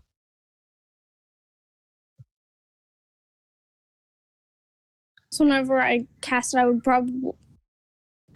Hyza would shout out, "Don't come down the stairs. It's probably not the best idea." Okay. Now, the good thing is that all three of the enemies are going to start their turn in this. And I think when... spell description on? Because I forgot to do that. They make their save at the beginning of their turn. Yeah, I want to also double check if they have to do it as soon as it's cast. Yeah. No, it's on their turn. So yeah, okay. Well, when they enter the area for the first time, so that would be when it's cast. So yes, they have to make a save now, and they have to make another save at the beginning of their turn. Holy cow, that's a lot of power. Yeah. 3d8? Yeah, 3d8. The first was 21. So, I casted the second one just so you could see the spell description. Yeah, okay. So, well... Oh, they have to beat a 15, right? Yeah, they have to beat a 15. Is that your spell save, DC? Yes, it is. It's Wisdom save. So let's see what they get for wisdom, which is not great and not horrible. Okay, we're going to do this in order of the one furthest to the west first. Fails. The one right in front of Hyza passes. The one over near Abinadom fails. Okay, so here's what happens. We're going to deal with this guy first. He takes half damage, which that's 10 points.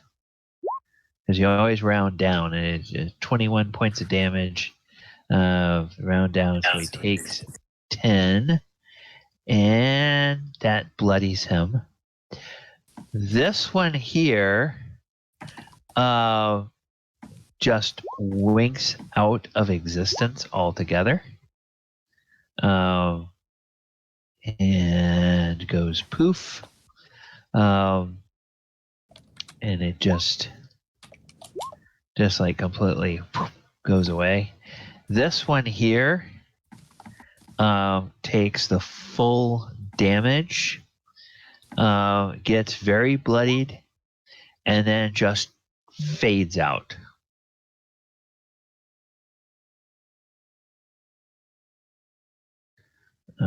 Fades out of existence. Okay. So,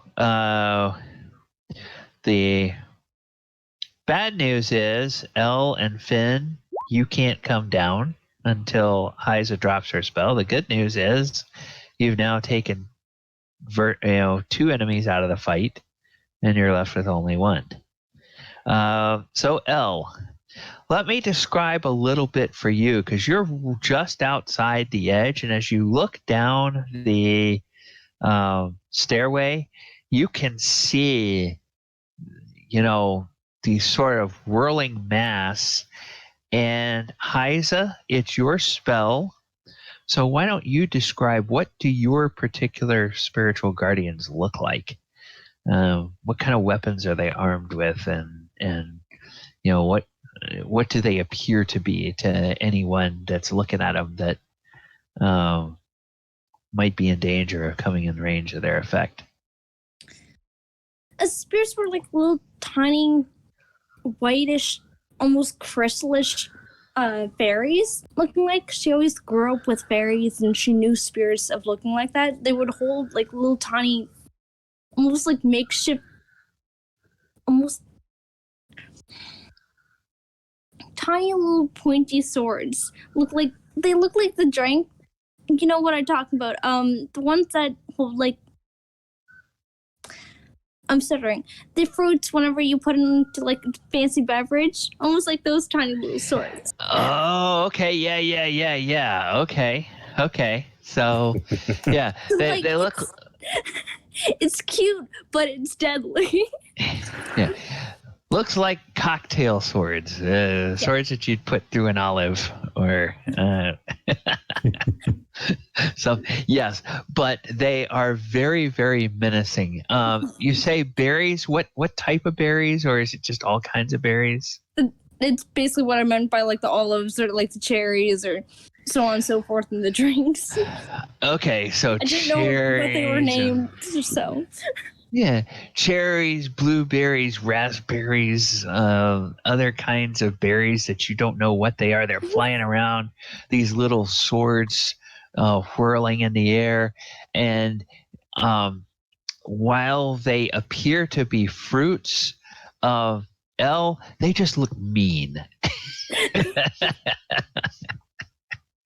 VeggieTales gone mad. I just look over at Ben with my jaw wide open, like, do we just leave? It's like in Hyza's land, the smoothies drink you.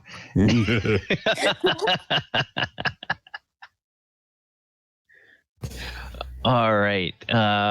Anything else, Hyza? No, that's everything.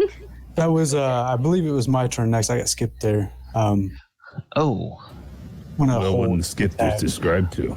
Oh, okay. I'm sorry. Yeah, L, go ahead. What did you want to do? I'm going to hold an attack. If the opportunity presents itself, I'll take it. Okay. All right. And then Dorzaphir, you see all these berries. They are flying right past Abinadom, and they don't seem to be attacking him, but they look mean. And you heard Hyza call your name, but then she told the others not to come near. So I don't know. What would Dorzaphir think? Would you hold where you are, or would you move up to Abinadom, or try to go around, or what? Do I have a line of sight on the other will-o-wisp?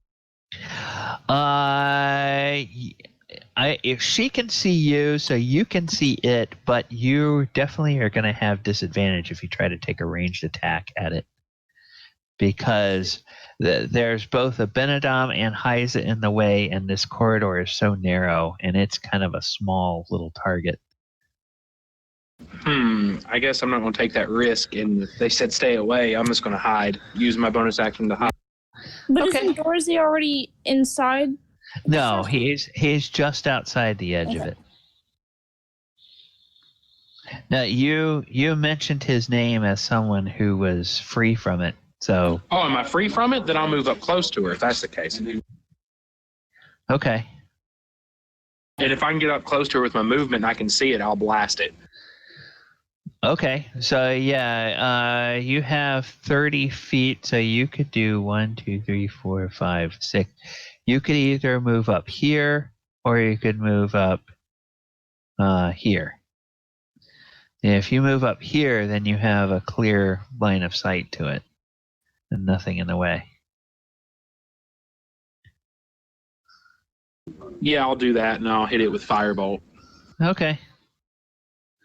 So there you go.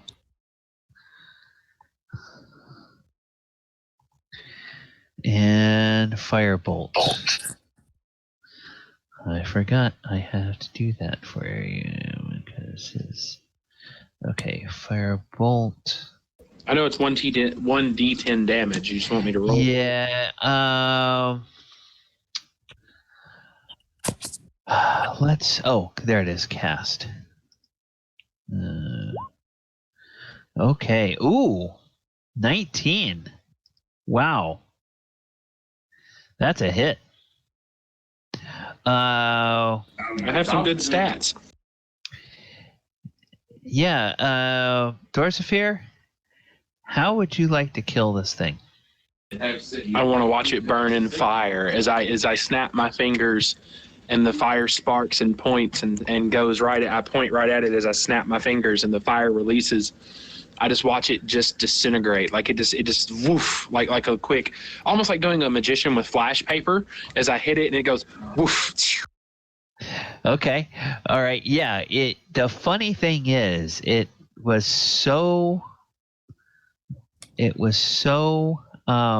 far down that's enough to make it disappear, but you feel like you could have actually done more damage to it. You feel like even as good as that firebolt was, and the fact that it was effective, it's like it didn't all completely land as well as it should have. And it did this thing. Poop. Disappears.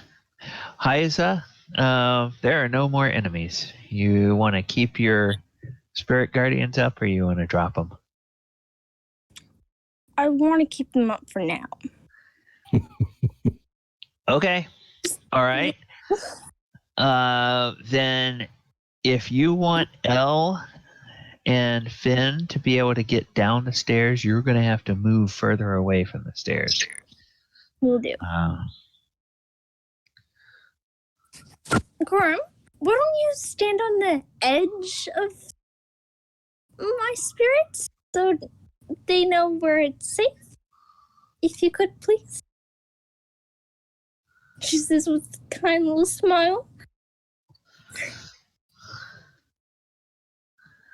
I should walk closer to Abinadom to stay away from the stairs. Okay. All right. Yeah, Elle, those scary berries move away. And Blueberry. Yeah, and now you see just beyond where Gorrim is, you can see that field of them whirling around there. Gorrim, what the hell did I just witness? I'm pretty awestruck myself.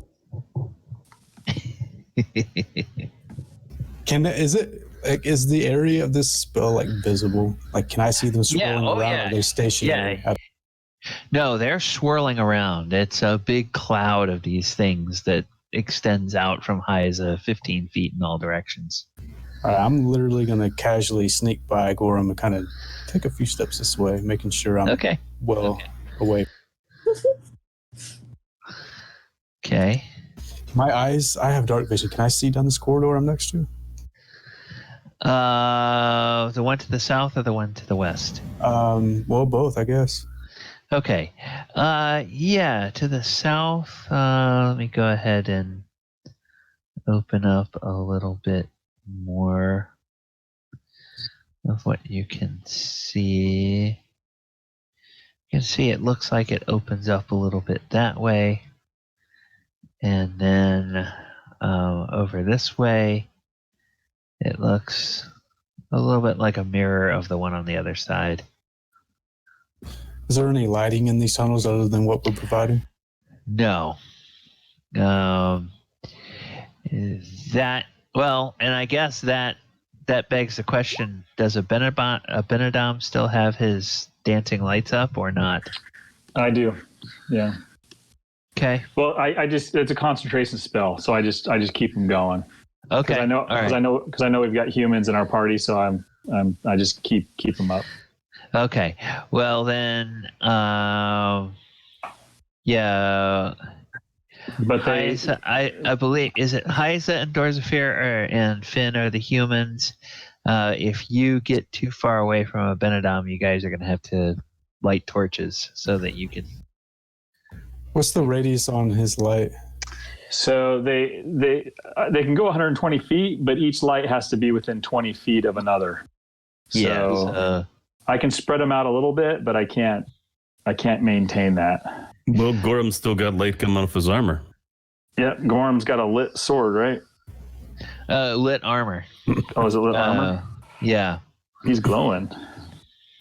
Yeah, Dom, try to keep the light off me if you can possibly help it. I'm going to go into stealth mode, hide. Okay. All right, I'll keep the lights all the way onto the right side of the area where we're at, on the east side. East side. Okay. All right. So what are we going to do now? Abinadom's going to go to the east. Abinadom is going to keep going to the east. Or see what I can see. I mean, I got dark vision too, but I want to see what I can see. Okay, then let me go ahead and I'll just say if you kind of poke your head around that corner, you can sort of see this. You can see that it extends, and then it looks like there's 2 side passages. All right, guys, I got a long hallway with 2 other hallways appearing to go to the south.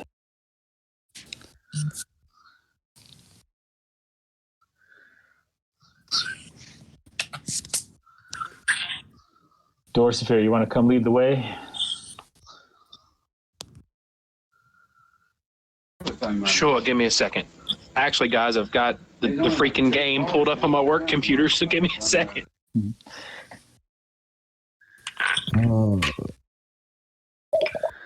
Hold on. Sure, I lead the way.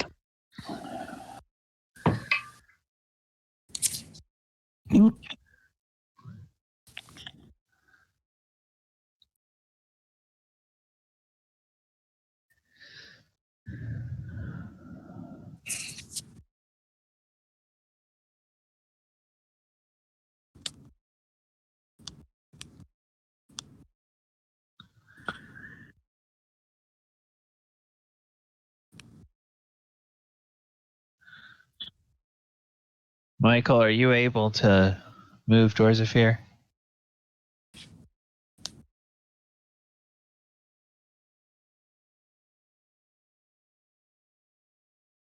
All right, I'll Sorry about that.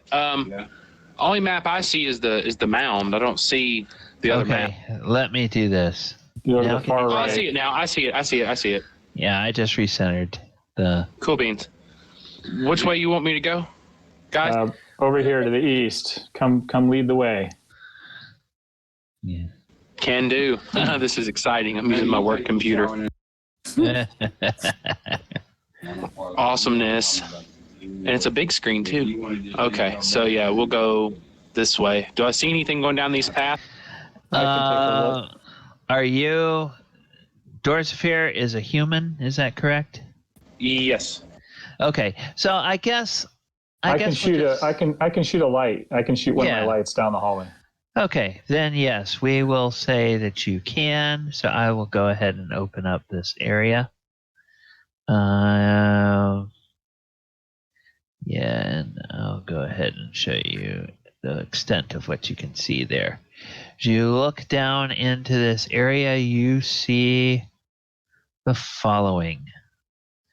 There are 2 sealed stone sarcophagi that rest in alcoves dug into the south wall here. I definitely want to check for traps in this room. Okay. It looks like something over here on the west side. Here, yeah. I can roll. Okay. There we go. All right. Your check for traps, that's your sleight of hand, right? No, or is it your perception? It's your perception. I'm not sure. I think my perception is +3, isn't it? Yeah, so it's 19. Yeah, okay. It's perception to passively notice them or investigation, and then sleight of hand that comes in to disarm it. Right. Okay. Thank you. Yeah, with that 19, Dorzaphir, you definitely, as you get up close to this, you definitely see some kind of a mechanism that is attached to the lid And it looks like that mechanism includes a small hollow tube that is pointed out into the room. So, should I try to disarm the trap, mates? We didn't come down here for nothing. Okay, I'll take a crack at it, but you better hold your breath. Those that actually did come down there. Yeah, Finn's to the top of the stairs. Finn! What are you doing down there? I just backed up. I send him. Is Finn how far away from him is me? Even you're within 120 feet. Yeah. Yeah. All right. I pull out my copper wire real quick. I whisper him a message. Finn, get your ass down here. There might be something you're interested in. Oh, you just got guidance. Yeah. Okay. So. Yeah, you did. So that means what's that an extra D4? What's going on? Yeah, you can use that on one check in the next minute. Okay, good. Then I'm going to hurry up and roll to disarm. So let me add. Hold on. There's the 20. Oh God, yeah, I'm gonna need that D4. Oh, sorry. What the hell did I do? Oh, so 7, 8, 9, 10 plus whatever the sleight of hand is. Which is 6, so that's a total of 16. 16. Ooh, that was cutting it close. Thank you for the guidance, Hyza. Yes. So let's see, what is that? Yeah, you make that check, and you realize from as you squeeze off that little tube, you realize from the way the end of it is pitted, it probably sprays acid. And Ooh. so that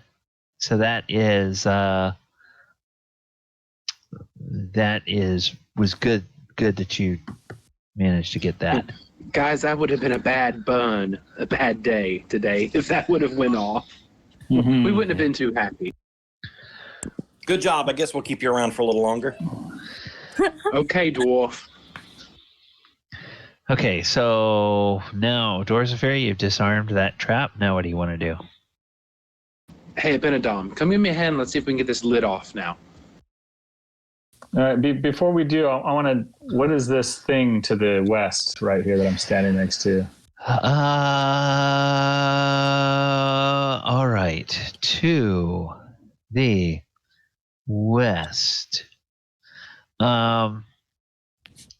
There's a tiny little tunnel that is far too small for even a halfling to get through, but it just disappears off into the darkness. And with your dark vision, do you put your eye up next to it? Yeah. Okay. All right. Right eye or left eye? Oh, jeez. Oh, Lord. My right eye. Okay. All right. Then you see that it goes about 15 feet and turns, and your eyeball is intact. Okay. Cause some anxiety, why don't you, DM? Jesus. All right. Hey, this little tunnel worries me. So let's try to. I'll come down here, but let's not spend too much time down here. I'm not sure what's down that tunnel. Okay. All right. So I help Dorzaphir slide this. Okay, you guys can give me a combined strength check. Oh, I'm not very strong. I am not very strong. Hey, guess what? Can I do it again? Let's see. You can. So all right. 13 So plus 13 and 7 is a 20. So Dorzaphir, you're pushing, you're straining, and then Abinadom is over there, and he puts his hand on, no, that's not the right spot, and he puts it, no, that's not the right spot, no, and then finally he just sort of almost slips and falls, and with his weight he sort of pushes, and between your effort and his, it slides the lid of the sarcophagus off. And Hyza's in the background saying, "You can do it! You can do it!" I think you can. I think you can. I think you can. And when that does, you look in there and you see a couple of centuries worth of dust and nothing else. Are you kidding me? I do an investigation check or perception or something. Sure. Your choice. Either I do the same. Okay. Oh, jeez. Yeah. Nat 20. Roll a 2. Wow. Okay. Let's see which one is better for. Yeah, perception is better for Dorzaphir. So 23. Yeah, Dorzaphir, you get the feeling nothing was ever put in this sarcophagus. Looks like it was probably set here as a decoy. And the fact that they had the decoy with a trap on it, you don't know what that means. So this one was set up, ladies and gents, for somebody just as a decoy. It looked like it was just set here to throw people off. I guess we need to walk over and check the other one. All right. While he does that, I'm going to stand guard right here and just ready action. I don't trust this little tunnel thing. Okay. All right. I'm just going to kind of keep my eye on. I'm actually going to back up a little bit, actually, because I can see down through there. Okay. So, Dorzaphir, do another perception Yeah, don't need check to make here. another roll. Yeah, perception. Yeah. Okay. Ooh, 6. It's perfectly safe. Hmm.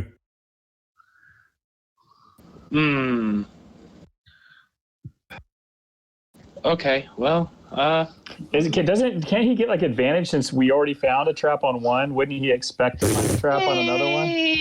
Yeah, okay. Okay. that's not much better. Oh, dude. Yeah, it's still perfectly safe. You checked it twice. It's not naughty or nice. Let's just go. I'm going to try to open it. Okay, Hyza, you going to give him a hand by helping to push, or do you want to use your spell to help him, or what? Gorrim, come over here and help him. Hey, Gorrim, go help him push that open.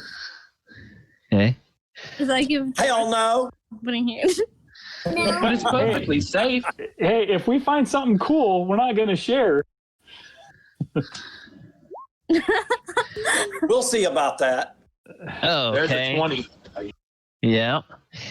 And Dorzaphir and Gorrim, you start to push it, and as you start to push the lid, there is a hiss and a spray, and I need both of you to make dexterity checks. I told you.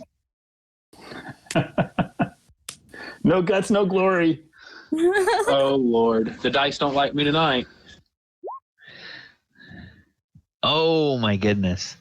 Oh. Well, that's 2 failures. So,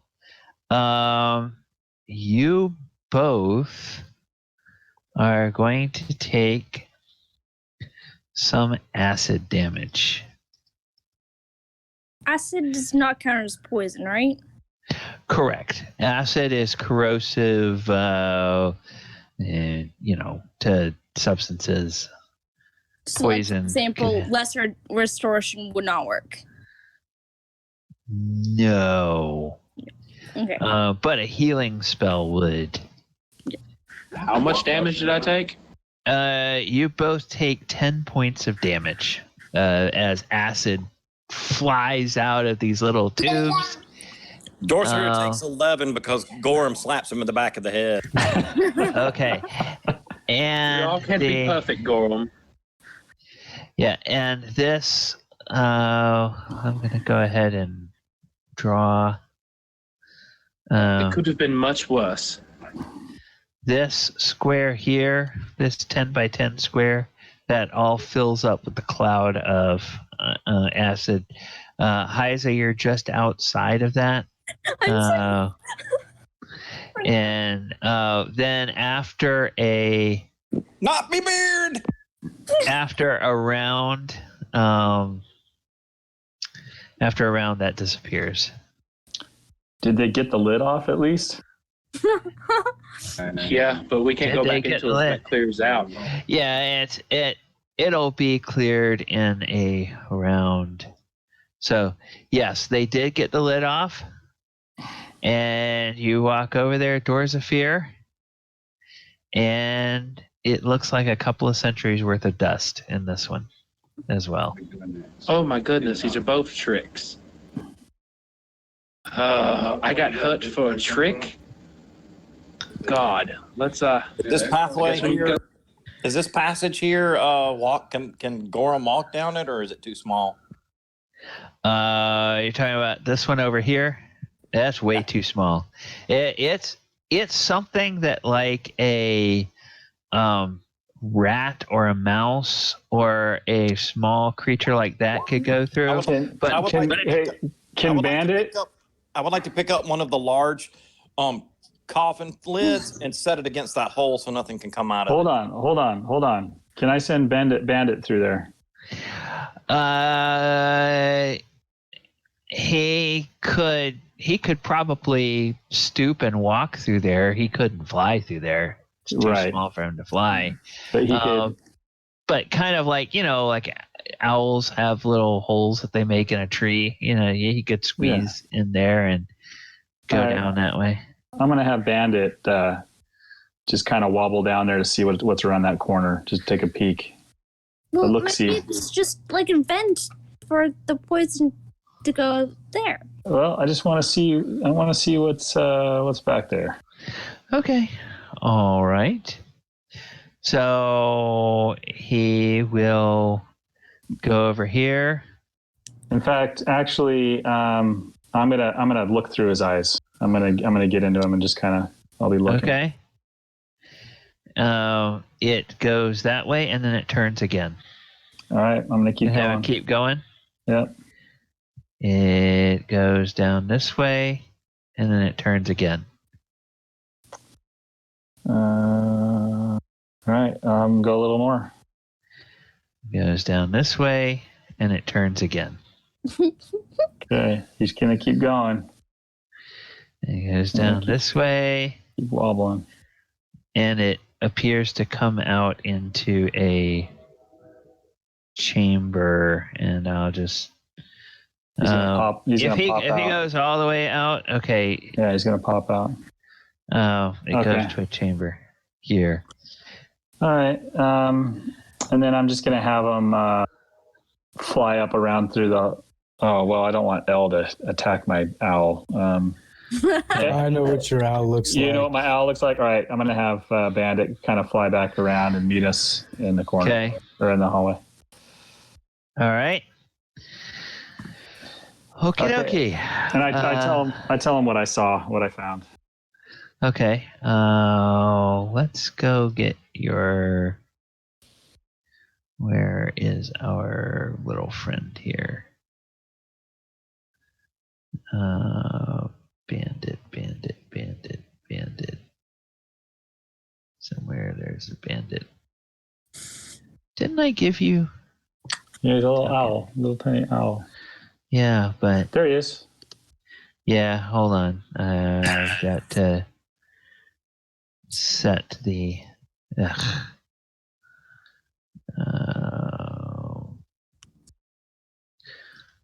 Bandit. Show nameplate. I'm going to... No, that's... and then controlled by James, and then I'm gonna do dimensions 35 by 35. Did she just bring her spirit guardians into this room? It went away when she did guidance. Yeah. Oh, okay. All right. So hang on. Let me. No, Finn, you're getting attacked by cocktail fairies. If you like pina colada, getting caught in this pain. Okay. So Your health isn't gonna be good. I got 2 coladas, 1 for each hand.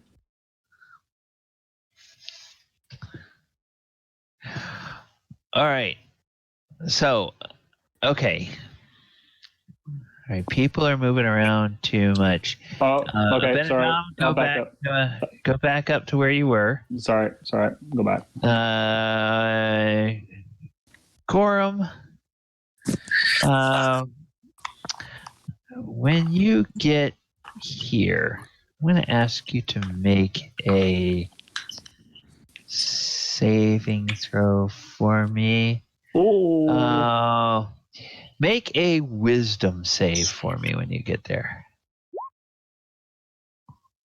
Apparently Gorham's wise today. Okay, you are about to step on that square, and then something stops you. It's like your dwarven senses tingle, and you realize that the stone floor right in front of you is not stone, but it is cleverly disguised wooden planks. And you notice that they look a little bit on the flimsy side. And you see He'll whack it with his axe. that okay, so go ahead and I'm not even going to ask you to make an attack roll, just make a damage roll. God damn it, Gorrim. 8. Okay, you shatter the planks and it falls into a pit that's 5 feet square, 10 feet deep, and dug out of the earth. And as you look down, you see that probably about 12 rusty swords are embedded in the floor with the blades sticking straight up. So that if anybody falls in here, they're going to fall right on multiple swords. He took his tetanus shot. He had his tetanus shot. He's good. Unless it's super tetanus. Yeah. So, well, and you know, there is. They are working on in the Black Tower. They're working on this new type of shot specifically for people that encounter pit traps, and it's called the Tetris shot. And it gives you advantage on actually contorting yourself the right way so you can fall right between the Tetris shot. Yeah. Do. Ba-da-bing. Except sometimes when you're randomly not allowed to use it. 5 feet, I can jump. It's only 5 foot wide. I could jump. Correct. I quit. Kidding. Unless you jump onto another pit. Okay. No, he doesn't jump into another pit, but there you see bones in an alcove over here. Actually, let me go ahead and open up the rest of this. You see the bones of a creature over here. And it looks like it's not big. The bones aren't big enough to be those of a dragon. And there's something a little bit familiar about them. So go ahead and give me a give me a nature check.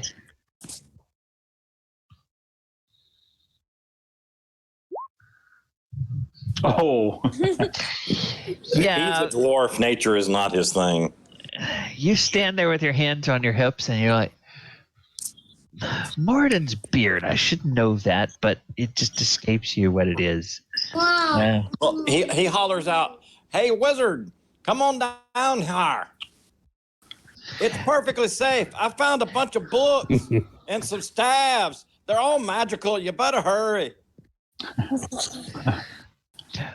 Well, actually, everyone can see the pit there. So, and it's 5 feet wide. So yeah, And they can also hear Gorrim laugh. yeah, okay. All right. What are you talking about? I don't see anything here but a bunch of bones. Yeah, right over here is where the bones are. In this area here. Why don't you go there and play with the bones? Abinadom and Dorzaphir, you can both give me nature checks if you will.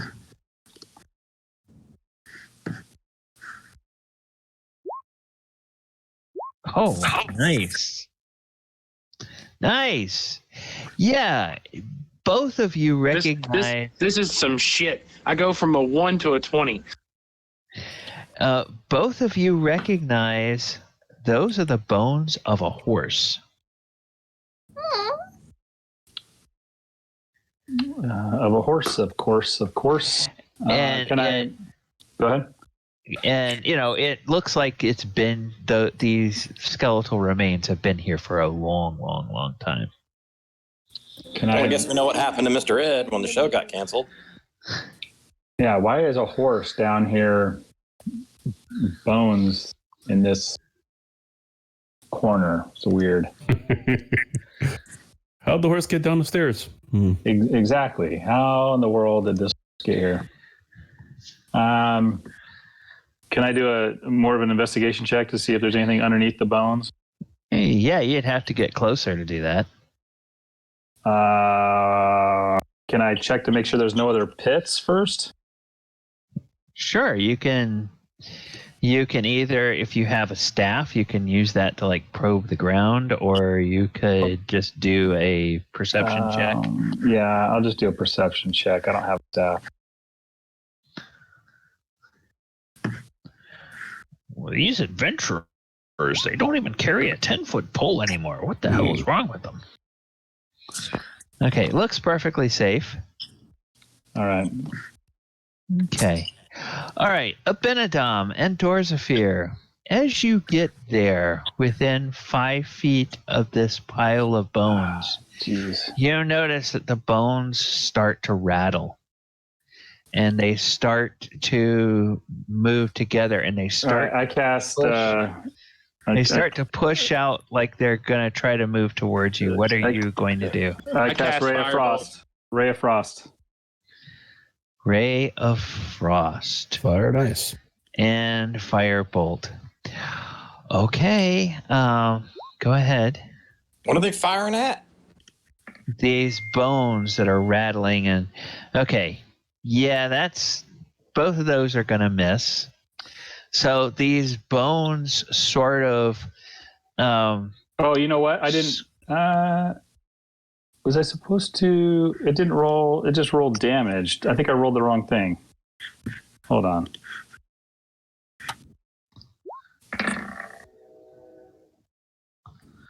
Okay, I rolled a 20...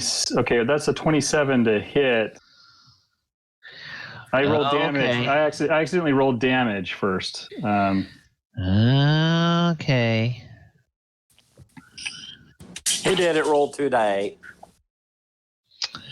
All right. Well, let's see what we have here. So I'm not sure if that could on the attack because I get a 2d8 when I hit.